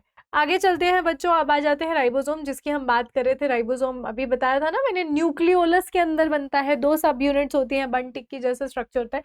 राइबोसोम छोटे छोटे स्ट्रक्चर हैं जो कि साइटोप्लाज्म में फ्रीली भी घूमते हुए दिख सकते हैं और कभी कभी ये आपको अटैच टू एंडोप्लाज्मिक रेटिकुलम भी दिख सकते हैं। ये जो ऐसे ऐसे फोल्डेड सा स्ट्रक्चर दिख रहा है, दिस इज एंडोप्लाज्मिक रेटिकुलम। तो राइबोसोम कभी कभी इसके ऊपर भी चिपके रहते हैं। इनका मेन काम क्या होता है? Very very very very very important, हमको ऐसे ऐसे काम याद रखने हैं। न्यूक्लियस के अंदर जेनेटिक मटेरियल होता है, इनहेरिटेंस का मटेरियल होता है। राइबोसोम आर प्रोटीन फैक्ट्री, वो प्रोटीन बनाते हैं। एंडोप्लाज्मिक रेटिकुलम ये करते हैं, लाइसोसोम ये करते हैं। इनके नाम याद करने बहुत जरूरी है। प्रोटीन फैक्ट्री हम बोल रहे हैं राइबोसोम को। आगे आ जाते हैं, एंडोप्लाज्मिक रेटिकुलम के बारे में बताया है। तो एंडोप्लाज्मिक रेटिकुलम जो है वो कॉन्टिन्यूअस लेयर, एक ऐसे ऐसे ट्यूब्यूल्स की ऐसी ऐसी ऐसी ऐसी एक फ्रेमवर्क बना देता है, जैसे हमारी बॉडी में हड्डियां हैं उसी टाइप का यहाँ पे स्ट्रक्चर बना रहे हैं। सिर्फ कहाँ मिलेगा? यूकैरियोटिक सेल में मिलेगा। और ये ऐसे ट्यूब्यूल्स टाइप का स्ट्रक्चर है, स्केलेटन मतलब शेप देने का भी काम कर रहा है सेल को। प्लस न्यूक्लियस से लेके साइटोप्लाज्म तक लास्ट तक ये पूरा जुड़ा रहता है। जो वॉल है बाहर सेल की, सेल वॉल नहीं, सेल मेम्ब्रेन, वहां तक ये जुड़ा रहता है। तो ये ट्रांसपोर्टेशन का भी काम करता है, ठीक है। इसके बारे में पढ़ते हैं। This is also a very interesting organelle, देख लेते हैं इसको। एंडोप्लाज्मिक रेटिकुलम लार्ज ऑर्गेनली है, नेटवर्क है, वो साइटोप्लाज्म में घूम रहा है, नेटवर्क है, पूरा कॉन्टिन्यूअस होता है आउटर मेम्ब्रेन तक, न्यूक्लियर मेम्ब्रेन के आउटर मेम्ब्रेन तक आउटर मेम्ब्रेन से शुरू होके बाहर तक पूरा प्रेजेंट होता है। वेरी वेरी इंपॉर्टेंट इसका काम है synthesis and transport of protein, fat and hormones. Very very very very very important. क्या कर रहा है? प्रोटीन, फैट और हार्मोन बना रहा है और उनका सिंथेसिस और ट्रांसपोर्ट दोनों चीजें करवा रहे हैं। आगे आते हैं यहाँ पर एंडोप्लाज्मिक रेटिकुलम वेरी करता है depending on the function. There are two types of endoplasmic reticulum. यहाँ पे आपको दिख भी रहा होगा, ये वाले स्मूथ है बच्चों, जिनके ऊपर आपको कुछ भी नहीं दिखाई दे रहा है, ये स्मूथ है। और जिनके ऊपर आपको ये गोली गोली गोली गोली सी दिखाई दे रही है, जो कि राइबोसोम्स है एक्चुअली, तो ये रफ एंडोप्लाज्मिक रेटिकुलम होता है। दोनों के काम अलग अलग हैं, दोनों जो है उनके फंक्शन अलग अलग हैं। देखिए यहाँ पे जो रफ एंडोप्लाज्मिक रेटिकुलम है, क्योंकि उसके ऊपर राइबोसोम लगे हुए हैं और राइबोसोम प्रोटीन बनाते हैं, तो जो रफ एंडोप्लाज्मिक रेटिकुलम होता है वो भी क्या बनाएगा? प्रोटीन ही बनाता है। ठीक है, तो देखते हैं rough endoplasmic reticulum because rough होता है क्योंकि इस पे राइबोसोम लगे रहते हैं, involve in protein synthesis and protein secretion, for example in gland cells such as pancreatic cell. Very important बेटा, पैनक्रियाटिक सेल्स के अंदर ये क्या काम करता है? प्रोटीन सिंथेसिस और प्रोटीन सिक्रीशन का काम करता है। स्मूथ एंडोप्लाज्मिक रेटिकुलम क्या करता है? याद कैसे रखेंगे? स्मूथ होता है ना, लिपिड बनाता है। तेल तेल जो होते हैं वो लिपिड्स होते हैं और तेल जो होते हैं वो स्मूथ होते हैं टच में, तो ऐसे याद रख सकते हैं। It does not have ribosome, इसके ऊपर कोई राइबोसोम नहीं है, इसी वजह से तो स्मूथ है बेटा। आगे आते हैं इन्वॉल्व इन द सिंथेसिस और storage of fat and hormones. तो यहाँ ये लिपिड फैट बनाने का काम करता है। तो ध्यान देंगे यहाँ पर क्या सीखा हमने? रफ एंडोप्लाज्मिक रेटिकुलम प्रोटीन बना रहा है, स्मूथ एंडोप्लाज्मिक रेटिकुलम फैट या फिर लिपिड बना रहा है, और साथ में मिलके ये मेम्ब्रेन बायोजेनेसिस करते हैं। यानी जो हमने पढ़ा था ना, सेल मेम्ब्रेन किससे बनती है? लिपिड प्लस प्रोटीन से। तो कहाँ से आया लिपिड, कहाँ से आया प्रोटीन? यही जो ऑर्गेनेलीज है यही बना रही होती है। ठीक है, बहुत ज्यादा डिफिकल्ट है नहीं। आगे चलते हैं, यहाँ पे ये वाली जो ऑर्गेनेली आपको दिख रही है, अमेज़न जैसा काम है इसका। तो हम ये पढ़ेंगे गोल्जी एपरेटस के बारे में। इसको ढूंढा भी किसने था? इन साइंटिस्ट का नाम है गोल्जी भाई साहब। ये क्या करता है? एंडोप्लाज्मिक रेटिकुलम के साथ साथ में ही मिलता है। यहाँ से इसने सामान कलेक्ट करा, उसको मॉडिफाई करा, स्टोरेज करा, पैकेजिंग करा और यहाँ पर छोड़ दिया, प्लाज्मा मेम्ब्रेन तक ले गया। इस तरीके से ये स्टोरेज का, पैकेजिंग का, डिस्पैच का काम करता है। शिपिंग सेंटर शिपिंग हो रही है यहाँ से, जैसे अमेज़न के वेयर हाउस से शिपिंग होती है ना। मैंने कोई सामान ऑर्डर किया था, मैंने बोला इसको गिफ्ट रैप करके लाना, तो मेरा सामान मुंबई से पहले वहाँ स्टोर हाउस में आएगा, फिर वो वहाँ स्टोर होगा, पैकेजिंग होगी, मॉडिफिकेशन होगा, डिस्पैच होगा, फिर वो मेरे पास आएगा। यही शिपिंग सेंटर का काम होता है गोल्जी अपैरेटस का। इसको सबसे पहले ढूंढा किसने था? कैमिलो गोल्जी ने ढूंढा था। वेरी इंपॉर्टेंट, इसको नर्व सेल में ढूंढा गया था, बार्न आउल के नर्व सेल में इसको ढूंढा गया था। ये नेटवर्क लाइक का स्ट्रक्चर ही है, एंडोप्लाज्मिक रेटिकुलम जैसा ही है, ऐसे ऐसे ऐसे ऐसे स्ट्रक्चर है इस पे। इनको सिस्टर्ने भी बोलते हैं। ठीक है, यहाँ पे लिखा हुआ भी होगा। You carefully look at the diagram, you will notice stack of flattened stack like structure, एक साथ मिलके इनको गोल्जी अपैरेटस बोला जाता है। Functionally linked to the endoplasmic reticulum. इसका जो फंक्शन है मैंने आपको बताया, ये कहाँ मिलेगा? एंडोप्लाज्मिक रेटिकुलम के आसपास ही मिलेगा। आगे चलते हैं, the cell membrane and the other cell organelles में डिस्पैच ये सब भेजने का काम करता है। Very very important, post office जैसा काम है। Modify, sort, packaging of protein और lipid into vesicles and transport secretion of and lysosome formation. जो भी मैंने आपको बताया, पहले store, modify, packaging, dispatch of protein and lipid, क्योंकि प्रोटीन और लिपिड ही तो बन रहे थे ना एंडोप्लाज्मिक रेटिकुलम में। इस तरीके से आगे उसको डिस्पैच करेगा। दूसरा काम जो ये करता है वो है फॉर्मेशन ऑफ लाइसोसोम। अब जो पुरानी एनसीईआरटी थी उसमें दिया हुआ था कि शुगर्स को भी ये मॉडिफाई करता है, आपको नहीं दिया हुआ तो रहने देते हैं, आगे चलते हैं। ठीक है, इसका डायग्राम मैं आपको ऑलरेडी दिखा चुकी हूँ, फिर से दिखा देती हूँ। यहाँ पर ये आपको एंडोप्लाज्मिक रेटिकुलम के पास मिलेगा। इसमें जो सामान बन रहा है वो सामान यहाँ आएगा, मॉडिफाई होगा, पैकेजिंग होगी, डिस्पैच होके ऐसे वेसिकल्स के थ्रू देखो प्लाज्मा मेम्ब्रेन तक जा रहा है। ठीक है, चलिए अब चलते हैं आगे। अब आ जाते हैं आगे बच्चों, आगे हमको पढ़ना है लाइसोसोम। क्लीन अप सिस्टम भी इसको बोला जा रहा है। क्यों बोल रहे हैं क्लीन अप सिस्टम? यहाँ पे जाके सब चीज भस्म हो जाती है, खत्म हो जाती है। इसको सुसाइड बैग्स भी बोलते हैं। और यहाँ से पहले बहुत क्वेश्चन आते थे, अभी भी आएंगे, ऐसी बात नहीं है कि पहले ही आते थे। सेल्स जो होते हैं वो वेस्ट मटेरियल बनाते हैं। कभी कभी कोई ऑर्गेनली डैमेज हो गई, कभी कभी कोई बैक्टीरिया आ गया सेल के अंदर, वो कहाँ जाएगा? वो यहाँ जाएगा, यहाँ जाके वो भस्म हो जाएगा। लाइजोसोम ऐसी ऑर्गेनली होती हैं, सिंगल वॉल होती है उनके बाहर, ऐसी ऑर्गेनली होती है जिसके अंदर बहुत स्ट्रॉन्ग एंजाइम होता है बच्चों, बहुत स्ट्रॉन्ग एंजाइम होता है। कोई भी चीज जो वेस्ट होगी, जो डैमेज होगी, जो नुकसान पहुंचा रही होगी सेल को, उसको हम लाइसोसोम के अंदर भेज देंगे और वो खत्म हो जाएगी, भस्म हो जाएगी, खत्म हो जाएगी। ठीक है, it is a single membrane bound sac filled with enzyme break down unwanted protein, carbohydrate, fats and even, और क्या, and even damage part of the cell, keeping it clean and healthy. The products formed by the breakdown and released into the cytoplasm where they may be reused. ठीक है, तो हमने कोई complex चीज को lysosome के अंदर उसकी चटनी बनाई, उसको तोड़ फोड़ मचाया।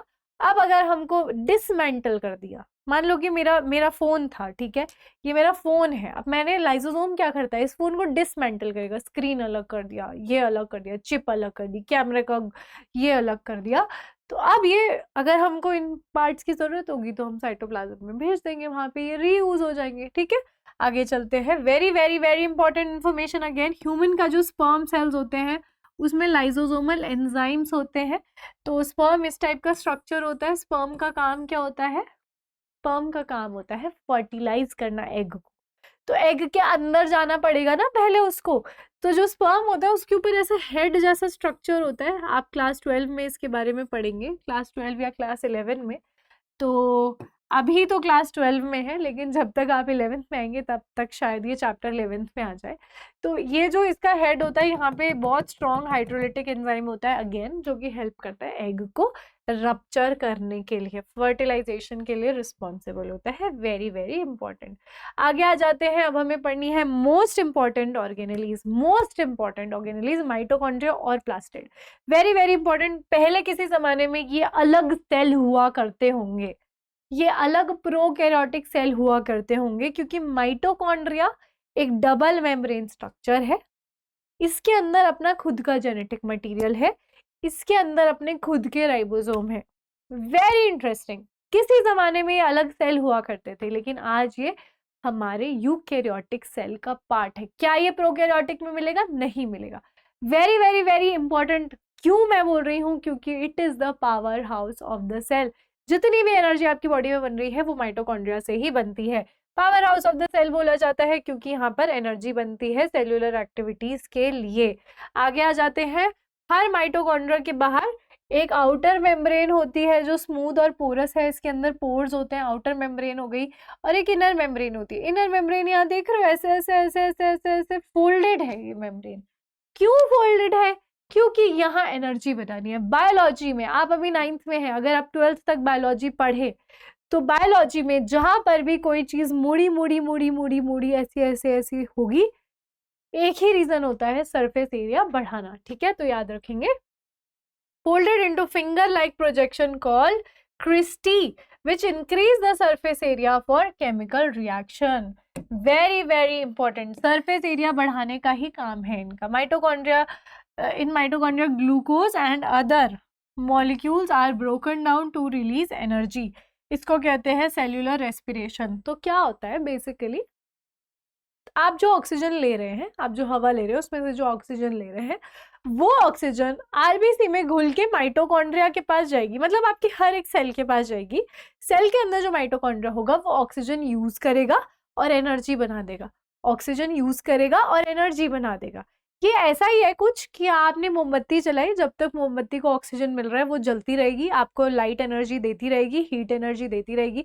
जैसे ही आपने उसको ऑक्सीजन बंद करा तो वो लाइट एनर्जी देना बंद कर देगी। तो यहाँ पे भी सेम है, ऑक्सीजन यूज करता है और यहाँ पर एनर्जी रिलीज करता है। इसी वजह से हम बोल रहे हैं कि सेल्यूलर रेस्पिरेशन यहाँ पर हो रहा है। यहाँ देखेंगे इसके पास अपना खुद का जेनेटिक मटेरियल यानी डीएनए है और राइबोसोम्स भी है। ठीक है, आगे चलते हैं। ये एनर्जी रिलीज किस फॉर्म में करते हैं? एडिनोसिन ट्राइफॉस्फेट, इसका फुल फॉर्म आपसे पूछ सकते हैं, एटीपी इसको बोलते हैं। अभी आपको थोड़ा मुश्किल लग रहा होगा पर इवेंचुअली आपको याद हो जाएगा क्योंकि बहुत जगह हम इसके बारे में पढ़ेंगे। एटीपी एटीपी एटीपी एटीपी के फॉर्म में आपको एनर्जी मिलती है। फॉर एग्जाम्पल, अगर मुझे नेपाल जाना है और मेरे पास इंडियन रुपी है तो मैं इंडियन रुपी से नेपाल में जाके शॉपिंग नहीं कर सकती। नेपाल में शॉपिंग करने के लिए मुझे नेपाल की करेंसी चाहिए होगी। वैसे ही हमारी बॉडी को काम करने के लिए जो एनर्जी चाहिए वो एटीपी की फॉर्म में होती है, एडिनोसिन ट्राइफॉस्फेट की फॉर्म में हमें एनर्जी मिलती है, इसलिए इसको एनर्जी करेंसी भी बोला जाता है, energy currency, and it is used for most cellular activities. आगे आ जाते हैं। नेक्स्ट जो हमें पढ़ना है वो है प्लास्टिड। अब देखो, जो प्लांट्स होते हैं उनके पास कितने कलर्स होते हैं? रेड टमाटर होगा, पर्पल कलर का ब्रिंजल होगा, पत्तियां ग्रीन कलर की होंगी, फ्लावर्स रेड येलो होंगे, कैरेट ऑरेंज कलर की होती है। हम तो सेम कलर के ना, ये तो हमारा मेलानिन पिगमेंट होता है स्किन में, पर प्लांट अलग अलग कलर के होते हैं। तो प्लांट में एक स्पेशल ऑर्गेनेली है जो कि कलर प्रोवाइड करती है, इसका नाम है plastids. Very very important, very very very important. Plastid ही है जिनकी वजह से प्लांट फोटोसिंथेसिस कर पाता है, वरना यहाँ कोई फोटोसिंथेसिस नहीं हो रही होती। ठीक है, ध्यान से देखेंगे। प्लास्टिड आपको सिर्फ कहाँ मिलेंगे? प्लांट सेल में मिलेंगे। क्या करते हैं? Synthesis of food in the presence of sunlight. ये भी एनर्जी बना रहे हैं एक तरीके से देखा जाए तो, है ना। तो ये लाइट एनर्जी को केमिकल एनर्जी, ग्लूकोज बनाने के काम आ रहे हैं। ठीक है, फोटोसिंथेसिस कर रहे हैं। Plant use special organelle called plastids for food synthesis and storage. तो बनाने के भी काम आ रहे हैं, स्टोर करने के भी काम आ रहे हैं। Very very important. आगे चलते हैं, नेक्स्ट देखते हैं। यहाँ पर हम ऑलरेडी पढ़ चुके हैं ना क्लोरोफिल के बारे में, यही सब दे रखा है कि प्लांट जो होते हैं वो ग्रीन कलर के होते हैं। ग्रीन कलर के क्यों होते हैं? इनके पास क्लोरोफिल होता है। क्लोरोफिल कहाँ प्रेजेंट होता है? क्लोरोप्लास्ट में प्रेजेंट होता है। तो ये क्लोरोप्लास्ट का स्ट्रक्चर है, ग्रीन कलर का है। यहाँ आप देखेंगे अगेन, जैसे देखो माइटोकॉन्ड्रिया और प्लास्टिड दोनों बहने हैं, इनके अंदर बहुत सिमिलैरिटीज हैं। जैसे अर्थ और वीनस को बोलते हैं ना बहने हैं, वैसे ही माइटोकॉन्ड्रिया प्लास्टिड भी बहने हैं। बस एक डिफरेंस है कि प्लास्टिड आपको सिर्फ प्लांट सेल में मिलेगा, माइटोकॉन्ड्रिया सारे सेल्स में मिलेगा। ठीक है, प्रोकैरियोटिक के अलावा सारे सेल्स में मिलेगा। आगे आ जाते हैं। यहाँ पे आपको अलग अलग रीजन दिख रहे होंगे, ये मेम्ब्रेन्स हैं, आउटर मेम्ब्रेन, इनर मेम्ब्रेन। यहाँ पे आपको डीएनए दिख रहा होगा, यहाँ पे आपको ये सिक्के सिक्के जैसा स्ट्रक्चर दिख रहा है, और कुछ जो जहाँ सिक्के नहीं है, जहाँ सिक्के नहीं होते हैं उसको स्ट्रोमा बोलते हैं। जहाँ सिक्के प्रेजेंट है, ये जो सिक्के जैसा स्ट्रक्चर दिख रहा है इसको थैलाकॉइड बोलते हैं। आपके एनसीईआरटी में नहीं दे रखा। थैलाकॉइड के अंदर ही पिगमेंट होता है, स्ट्रोमा के अंदर पिगमेंट नहीं है। इट इज नॉट ग्रीन, लेकिन ये वाला जो पार्ट है इट इज ग्रीन, इसको थैलाकॉइड बोलते हैं। इसी के अंदर फोटोसिंथेसिस हो रही है। आगे आ जाते हैं, देखते हैं। जो क्लोरोप्लास्ट होता है वो सनलाइट एब्जॉर्ब करता है। Chloroplast is a double membrane bound organelle, मैं आपको ऑलरेडी बता चुकी हूँ, like mitochondria. Inside the chloroplast there is semi fluid substance called stroma, जिसको हम बोल रहे हैं ये वाला जो पार्ट है जहाँ ग्रीन कलर नहीं है। Within stroma are disc shape membrane structures that contain chlorophyll. Light energy को भी ये ग्रीन कलर के सब्सटेंस ही एब्जॉर्ब करते हैं, इनका नाम होता है थैलाकॉइड। ठीक है, आगे आ जाते हैं बच्चों, नेक्स्ट देख लेते हैं। खत्म होने वाला है, ज्यादा है नहीं अब। Bye them during photosynthesis the sugar synthesized in this process are stored in the stroma along with the starch granule। तो जो ग्रीन जो सिक्के हैं उसमें तो फोटोसिंथेसिस होती है, शुगर बनती है यानी ग्लूकोज बनता है, और वो ग्लूकोज और स्टार्च स्टोर कहाँ होता है? स्ट्रोमा में। याद कैसे रखेंगे? S for stroma, S for storage of sugar and starch, सब ऐसे ऐसे ऐसे ऐसे। ठीक है, आगे आ जाते हैं। माइटोकॉन्ड्रिया एंड प्लास्टिड्स का एक फीचर होता है कि उनके पास अपना खुद का डीएनए भी है, उनके पास अपना खुद का राइबोसोम भी प्रेजेंट होता है। ठीक है, they can make some of their own proteins, अपने खुद के प्रोटीन भी बना सकते हैं।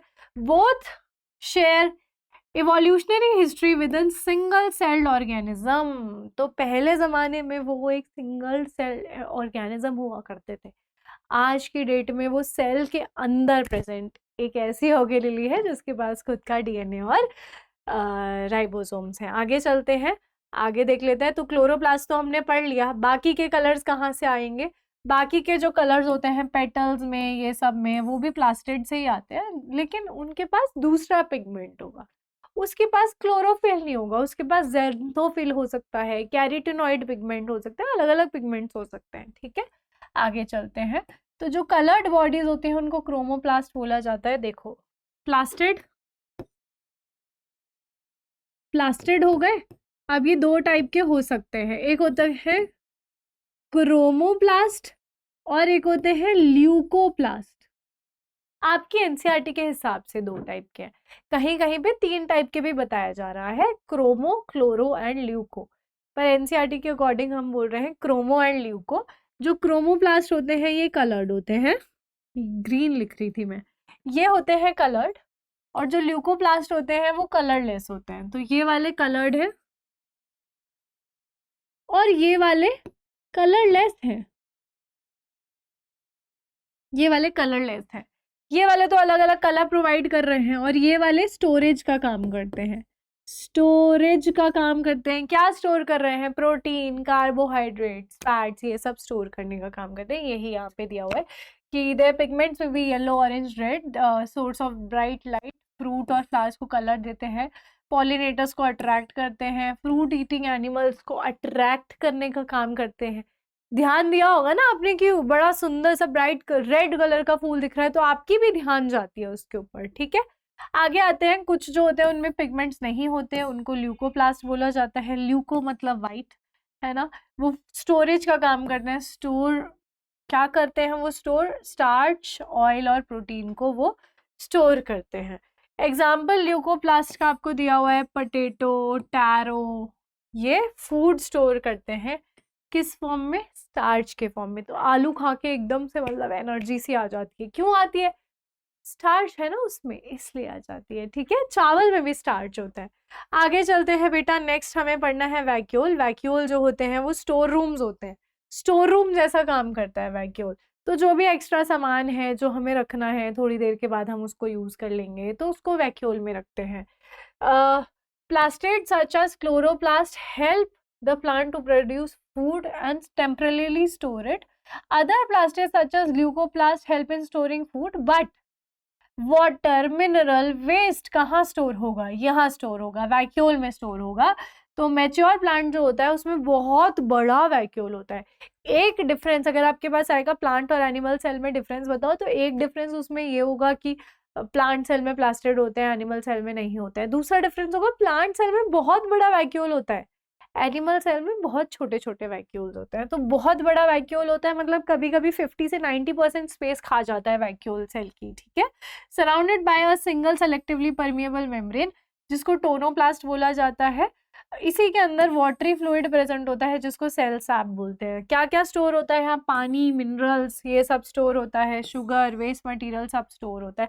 Large amount of water vacuole में जब प्रेजेंट होता है तो वो प्रेशर बनाने का काम करता है।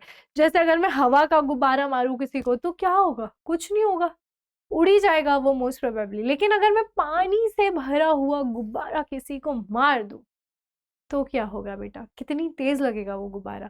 पानी ने क्या दिया है उसको? रिजिडिटी दी है, प्रेशर है पानी के अंदर, प्रेशर से वो वॉल्स जो है गुब्बारे की फूली है। ठीक है, तो प्रेशर क्रिएट करता है, उसी की वजह से प्लांट जो होता है वो फर्म रहता है। जैसे आपने कभी देखा भी होगा, आप बहुत दिन तक किसी पौधे को पानी देना भूल गए तो वो ऐसे लटक सा जाता है, फिर पानी दे दोगे ऐसे खड़ा सा हो जाता है, क्योंकि उसके सेल का जो वैक्यूल है वो पानी से भर गया है। पानी से भर जाएगा तो एकदम ऐसे प्रेशराइज्ड सा हो जाएगा, टर्जिड हो जाएगा वो। When the plant does not get enough water the vacuole loses water and जो प्लांट है वो विल्ट हो जाता है, लटक सा जाता है। एनिमल सेल में वैक्यूल समटाइम्स प्रेजेंट होते हैं तो वो कुछ काम करते नहीं हैं, वो छोटे छोटे वैक्यूल्स होते हैं। ये वाले क्वेश्चंस जो है ये आपको सॉल्व करने हैं, बहुत इजी क्वेश्चंस हैं, इनको सॉल्व जरूर करिएगा। अगर आपने इस वीडियो में मुझे सपोर्ट किया तो अगली वीडियो में मैं सारे क्वेश्चंस आपसे सॉल्व कराऊंगी यहीं पर, ठीक है, लाइव क्लास में। आगे चलते हैं, नेक्स्ट देखते हैं। थ्रेड्स ऑफ क्यूरियोसिटी में आपको यहाँ दे रखा है, कुछ डिस्कवरी के बारे में दे रखा है कि कुछ सेल ऐसे हैं जो बहुत छोटे सेल हैं, उनके पास सेल वॉल भी नहीं है, बैक्टीरियल सेल उससे भी छोटे हैं, उनको हम माइकोप्लाज्मा बोलते हैं। माइकोप्लाज्मा जो होते हैं वो बीमारी भी कॉज करते हैं, यही बताया हुआ है आपको। फिर आपको सेल डिवीजन यहाँ पे दे रखा है। सेल डिवीजन क्या होता है, कैसे होता है? तो सबसे पहले तो अनियन को आपको पानी में उगाना है, उसकी रूट्स ऐसे आ जाएंगी। रूट की बिल्कुल टिप ले लेनी है, यहाँ पे जो रूट टिप है उसको ले लेना है, उसका एक्सपेरिमेंट करना है। तो जब आप उसको माइक्रोस्कोप के नीचे देखेंगे, जब आप उसको उसकी टिप को कट करके थोड़े बहुत केमिकल्स आपको एंजाइम्स वहाँ पे यूज़ करने पड़ेंगे, HCl वगैरह आपको ड्रॉप करना पड़ेगा। तो आप यहाँ पर देखते हैं कि वो जो अनियन टिप है वहाँ आप सेल डिवीजन देख पाएंगे, सेल को डिवाइड होते हुए देख पाएंगे। इस तरीके का आपको यहाँ पर अनियन रूट टिप में ऐसा स्ट्रक्चर दिखेगा जब ये आप पूरा एक्सपेरिमेंट करेंगे। कहीं पे ऐसा, कहीं ऐसा, कहीं ऐसा, कहीं ऐसा। ये जो सेल डिवाइड करता है, इस सेल के डिवीजन में बहुत सारी स्टेजेस आती हैं और उसको सेल साइकिल बोला जाता है। साइकिल होती है ये, एक स्टेज के बाद दूसरी स्टेज, दूसरी स्टेज के बाद दूसरी स्टेज, दूसरी स्टेज के बाद दूसरी स्टेज। इस तरीके से सेल जो होते हैं वो डिवाइड करते हैं। अब हम बोल रहे हैं कि मैम सेल डिवाइड करेगा ही क्यों, सेल को क्या जरूरत पड़ गई है डिवीजन करने की? देखो, कभी आप गिरते भी होगे तो चोट लग जाती होगी, कुछ सेल जो है वो गिर गए, हट गए ना, ऐसे हट गए, रिमूव हो गए, टिश्यू ही डैमेज हो गया, उसकी जगह न्यू सेल्स तो आते हैं ना। अभी मैंने बोला आरबीसी की 120 दिन की लाइफ होती है, तो आरबीसी तो खत्म हो जाएंगे 120 दिन बाद, तो सारे इंसान मर जाएंगे 120 दिन में पैदा होते, तो नए सेल बनते रहते हैं। कभी जैसे छोटा बच्चा पैदा होता है, आज की डेट में आप कितने बड़े बड़े बच्चे हो गए हो, कैसे हुए हो आप इतने? सेल डिवीजन हुआ है, सेल डिवाइड करते हैं, सेल डिवाइड करते हैं। एक सेल है, डिवाइड करेगा, दो सेल बना देगा। दो टाइप के डिवीजन होते हैं बेटा, एक होता है माइटोसिस, दूसरा होता है meiosis. Very very very very very important, और समझने में थोड़ी तकलीफ भी हो सकती है, इसलिए ध्यान से सुनेंगे। दो टाइप का सेल डिवीजन है, एक है माइटोसिस, एक है मियोसिस। यहाँ पे मैं आपको थोड़ा सा समझा देती हूँ। जो माइटोसिस है उसमें एक सेल डिवाइड करके दो सेल बना देगा, दो डॉटर सेल बना देगा। सन सेल क्यों नहीं बनाएगा? क्योंकि ये डॉटर सेल आगे डॉटर सेल बनाएगी, है ना, तो डॉटर ही तो आगे डॉटर बना सकती है, सन थोड़ी आगे डॉटर बना सकता है। तो ये है माइटोसिस, जहाँ एक सेल से दो सेल बन गए। ये जो सेल था इसके अंदर कितने क्रोमोसोम थे? मान लीजिए 46 क्रोमोसोम थे, तो ये जो दोनों सेल है इसके पास भी 46 और इसके पास भी 46 ही क्रोमोसोम प्रेजेंट होंगे, ठीक है।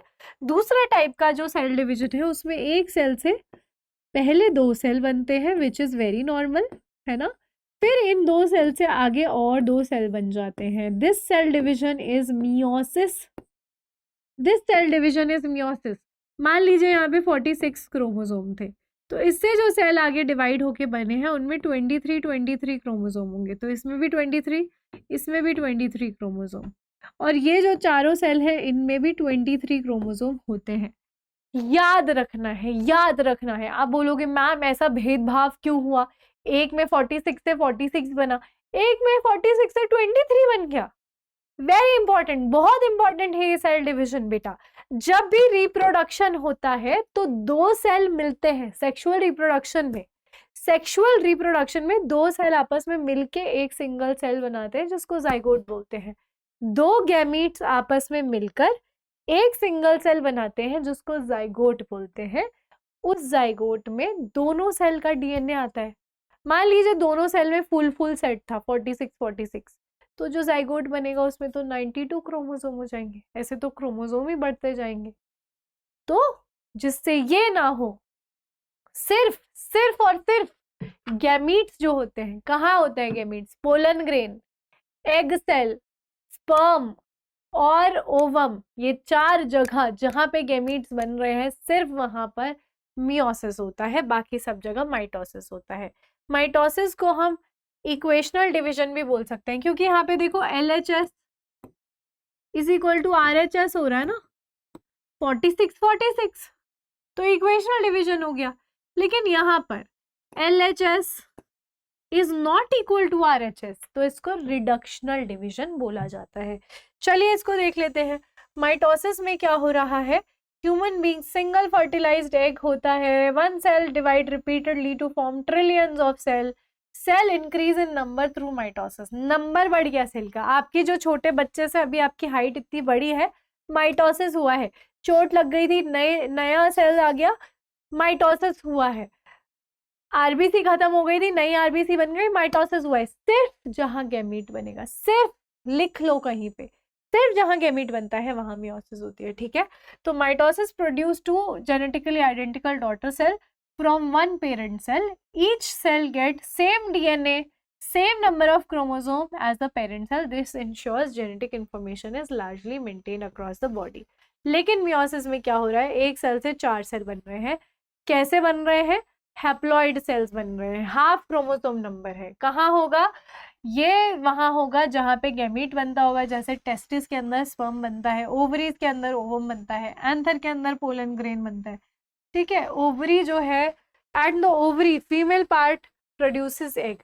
मियोसिस में जो पेरेंट सेल है वो 2 बार डिवाइड कर रहा है, देखो 2 बार डिवाइड कर रहा है ना, ये सेल है, एक बार डिवाइड किया, फिर दूसरी बार डिवाइड करा, और पिछले बारी में एक ही बार डिवाइड करा था। इसको रिडक्शनल डिवीजन कहते हैं, बिकॉज रिड्यूस हो गया है number of chromosome into half, this is reductional division. फिर यहाँ पे लिखा हुआ है कि जब सेक्सुअल रिप्रोडक्शन होता है, फर्टिलाइजेशन होता है, जब 2 गैमीट्स मिलते हैं, तो ओरिजिनल क्रोमोसोमल नंबर जो है वो रिस्टोर हो जाता है। 23 मिल के 46 बना देंगे। 46 होते तो मिल के 92 बना देते, 92 नहीं बनाना था, ठीक है। जो ह्यूमन बींग्स होते हैं उनका क्रोमोसोमल नंबर 46 होता है। 46 से एक ज्यादा हो गया तो ट्रांसजेंडर बन जाएगा, 46 से एक कम हो गया तो ऐसी फीमेल बन जाएंगी जो ओवरी, मतलब उनकी ओवरी रूडिमेंट्री होंगी, जो सेक्सुअल रिप्रोडक्शन कर ही नहीं सकती है, ठीक है। तो क्रोमोसोम का बहुत फर्क पड़ता है। जो आपने सुना होगा ना, अभी सितारे जमीन पर मूवी आई थी, डाउन सिंड्रोम उसमें बीमारी थी, क्रोमोसोम बढ़ गया था। तो क्रोमोसोम नहीं बढ़ना चाहिए, इंसान है अगर कोई तो 46 होना चाहिए, अगर ज्यादा होगा तो भी दिक्कत, कम होगा तो भी दिक्कत, ठीक है। तो यहाँ पर 23 मिलके 46 बनाएंगे तो इंसान बनेगा, 46 मिलके अगर 92 बना देंगे तो दिक्कत हो जाएगी। ह्यूमन बीइंग का क्रोमोसोमल नंबर 46 होता है, हर ऑर्गेनिज्म का क्रोमोसोम नंबर फिक्स्ड होता है, ज्यादा हो जाएंगे तो प्रॉब्लम हो जाएगी, ठीक है। तो मियोसिस और माइटोसिस पढ़ लिया। यहाँ पे एक बहुत इंटरेस्टिंग हमें इन्फॉर्मेशन दी हुई है, अरुण कुमार शर्मा जी हैं, इंडियन साइंटिस्ट हैं, और इन्होंने क्रोमोसोम्स के ऊपर काम किया था। ये एक बॉटनिस्ट है, बॉटनिस्ट जो होते हैं वो प्लांट की स्टडी करते हैं, जूलॉजिस्ट एनिमल पे स्टडी करते हैं, और इन्होंने अपना जो टैक्सोनॉमी, इवोल्यूशन, इन सब में काम किया था। बहुत सारे इन्होंने क्रोमोसोम के ऊपर स्टडी करी बोटानी में, और इनको शांति स्वरूप भटनागर अवार्ड भी मिला हुआ है, पद्म भूषण भी मिला हुआ है, ठीक है। आगे चलते हैं। अब हम कभी कभी कोई सेल्स निकाल के उन सेल्स को मल्टीप्लाई भी करवा देते हैं, लैब में भी मल्टीप्लाई करवा देते हैं, उसको हम बोलते हैं सेल कल्चर। हमने ग्रो करा, उसको हमने न्यूट्रिएंट मीडियम में ग्रो करवाया, अल्कलाइन कंडीशन प्रोवाइड करी हमने, और यहाँ पे हमने उससे कुछ अपना प्रोडक्ट ले लिया। तो बायोटेक्नोलॉजी यहाँ पे बताया गया है, बायोटेक्नोलॉजी के बारे में। अब चलते हैं आगे। यहाँ पर आपको लिखा हुआ भी है कि अगर माइटोसिस में कोई दिक्कत हो गई तो उससे फॉर्मेशन ऑफ ट्यूमर हो जाता है। मान लो मैंने बोला कि चोट लगी थी, माइटोसिस से नए नए सेल बन गए और बढ़िया हो गया, चोट भर गई, नंबर ऑफ सेल इंक्रीज हो गए, ठीक है। कभी कभी माइटोसिस होती ही रहती है, होती रहती है, होती रहती है। तो सेल्स क्या होते हैं, सेल्स के पास एक प्रॉपर्टी होती है। मान लीजिए यहाँ पर 10 सेल बनने थे या 5 सेल बनने थे, 1 2 3 4 5 सेल यहाँ पे बनने थे, माइटोसिस होनी थी। लेकिन अगर यहाँ 5 सेल के अलावा और सेल्स बन जाएं, कैसे बनेंगे? 5 सेल की जगह यहाँ पे 50 सेल बन गए मान लो, तो ऐसे सेल बनते गए, बनते गए, बनते गए, बनते गए, बनते गए, बनते गए, बनते गए, बनते गए, बनते गए, तो यहाँ पे सेल बाहर निकल जाएंगे ना, बॉडी से बाहर को आ जाएंगे। इसको ट्यूमर बोला जाता है, या फिर कैंसर भी बोल सकते हैं। ट्यूमर 2 टाइप के होते हैं बेटा, ट्यूमर जो है वो 2 टाइप के होते हैं, बेनाइन ट्यूमर और मेलिग्नेंट ट्यूमर। बेनाइन ट्यूमर एक ही जगह रहता है, जैसे किसी के बॉडी में तिल होगा ना, मान लीजिए किसी की बॉडी में ऐसे तिल होगा, तिल भी ऐसे आउटग्रोथ सी होती है, that is also a tumour, लेकिन वो एक ही जगह पे रहता है, बेनाइन ट्यूमर बोलेंगे। अगर वो ट्यूमर फैल रहा होगा तो हम बोलेंगे this tumour is malignant tumour, ये फैल रहा है, ये ज्यादा डेंजरस है, कैंसर हो जाता है। ठीक है, ये जो प्रॉपर्टी है कि जितने सेल थे, जितने सेल बनने थे उतने ही सेल बन गए और फिर ये माइटोसिस रुक गया, इसको बोलते हैं contact inhibition. Contact inhibition, inhibition इसको बोला जाता है। यानी जब पूरे सेल बन गए, पूरे बन गए जब सेल, तो प्रोसेस जो है वो रुक गई, माइटोसिस जो है वो रुक गई। अगर माइटोसिस नहीं रुकी तो यहाँ पर हो जाएगा ट्यूमर, ऐसे आउटग्रोथ सी हो जाएगी, ऐसे बाहर को निकल जाएंगे सेल। ठीक है, ट्यूमर बोला जाता है इसको। अगर मियोसिस में कोई दिक्कत आ जाए, मियोसिस में जो मैं आपको बता रही थी, मियोसिस क्रोमोसोम्स जो है डिवाइड हो रहे थे, प्रेगनेंसी में लॉस और रिड्यूस फर्टिलिटी ये कर सकता है। तो मियोसिस में दिक्कत आएगी तो वो हो जाएगी प्रॉब्लम यहाँ पर क्रोमोसोम्स के बनने में। कॉन्टैक्ट इनहिबिशन ट्यूमर मैं आपको बता चुकी हूँ। हम अब सेल थ्योरी पढ़ेंगे। थोड़ा सा यहाँ पे ना मिसमैच्ड सा दे रखा है, सेल थ्योरी पहले देनी चाहिए थी बट लास्ट में दे रखी है। सेल थ्योरी के बारे में देखो, जब सेल के बारे में हमें इतनी सारी इंफॉर्मेशन पता चल गई तो हमने एक सेल थ्योरी दे दी। बहुत बेसिक है, सिर्फ साइंटिस्ट के नाम याद करने हैं और 2-3 पॉइंट्स याद करने हैं। क्या जानते हैं हम पूरा चैप्टर पढ़ने के बाद, हमें क्या पता चलता है सेल के बारे में? Cell is the basic unit of life. Cell सबसे बेसिक यूनिट है लाइफ की। All living organisms are made up of cell. All cells arise from pre existing cells. पहले से सेल प्रेजेंट है बॉडी में, उससे और सेल बन रहे हैं। स्पर्म और ओवम ने मिलकर जाइगोट बनाया। Zygote is a single cell. उस जाइगोट से माइटोसिस होकर आगे पूरी बॉडी बन गई, पूरी इतनी बड़ी इंसान बन गया। ठीक है, तो यहाँ पे देख लेते हैं साइंटिस्ट के नाम इंपॉर्टेंट है। देखिए यहाँ पर 1838 में जर्मन बोटानिस्ट मैथिस शिल्डन ने प्लांट्स के ऊपर पढ़ाई करी और इसी टाइम लगभग एक जो साइंटिस्ट है श्वान, जूलॉजिस्ट है। कैसे याद रख सकते हो? स्वान एक चिड़िया होती है, तो स्वान चिड़िया होती है, जानवर होता है, तो श्वान जूलॉजिस्ट है और शिल्डन बॉटनिस्ट है। इन्होंने एक थ्योरी दी, उन्होंने बोला all animals are made up of cell. इन्होंने बोला all plants are made up of cell. फिर एक साइंटिस्ट है रुडोल्फ वर्कोव, इनका नाम बहुत इंपॉर्टेंट है, याद रखना है। इन्होंने एक पॉइंट ऐड करा, all cells arise from pre existing cells. अगर आप थ्योरी दे रहे हो तो आपको पूरा बताना पड़ेगा ना, सेल क्या है, सब लोग किससे बने हैं? सेल से बने हैं। सेल आया कहाँ से? प्री एग्जिस्टिंग सेल से। तो इन्होंने यहाँ पे सेल थ्योरी दी है, all living organism are made up of one or more cell. Cell is the basic unit of basic structure and function. Cell is the basic unit of structure and function in living organism. किसी का structure क्या है? ये जो मेरा हाथ ऐसा दिख रहा है, this is because of cells. जो मैं ऐसे काम कर पा रही हूँ, this is because of cell. तो स्ट्रक्चरल एंड फंक्शनल यूनिट है लाइफ की सेल। एक और पॉइंट जो इन्होंने बोला, रुडोल्फ वर्शॉव ने जो ऐड किया था, all cells arise from pre existing cells. तो ये हमारी जो चैप्टर है वो अब खत्म हो गया है। ट्यूमर्स हम लोग ऑलरेडी पढ़ चुके हैं। यहाँ पे आपको थोड़ा बहुत ऐसे पीसीडी के बारे में बताया हुआ है कि प्रोग्राम्ड सेल डेथ क्या होता है, जेनेटिकली रेगुलेटेड होता है, ऑर्गेनाइज प्रोसेस होता है, सेलेक्टिव डिस्ट्रक्शन यानी कुछ सेल जो बूढ़े हो गए हैं बॉडी में उनको खत्म करना है, कुछ सेल्स नए बनते रहते हैं, कुछ जो बूढ़े हैं वो खत्म होते रहते हैं। इसको डेथ हो रही है सेल की, 120 दिन बाद आरबीसी मर जाता है, पीसीडी हो जाता है उसमें, प्रोग्राम्ड सेल डेथ इसको बोलते हैं। बहुत ज़रूरी प्रोसेस है normal development, cellular quality control, immune function के लिए।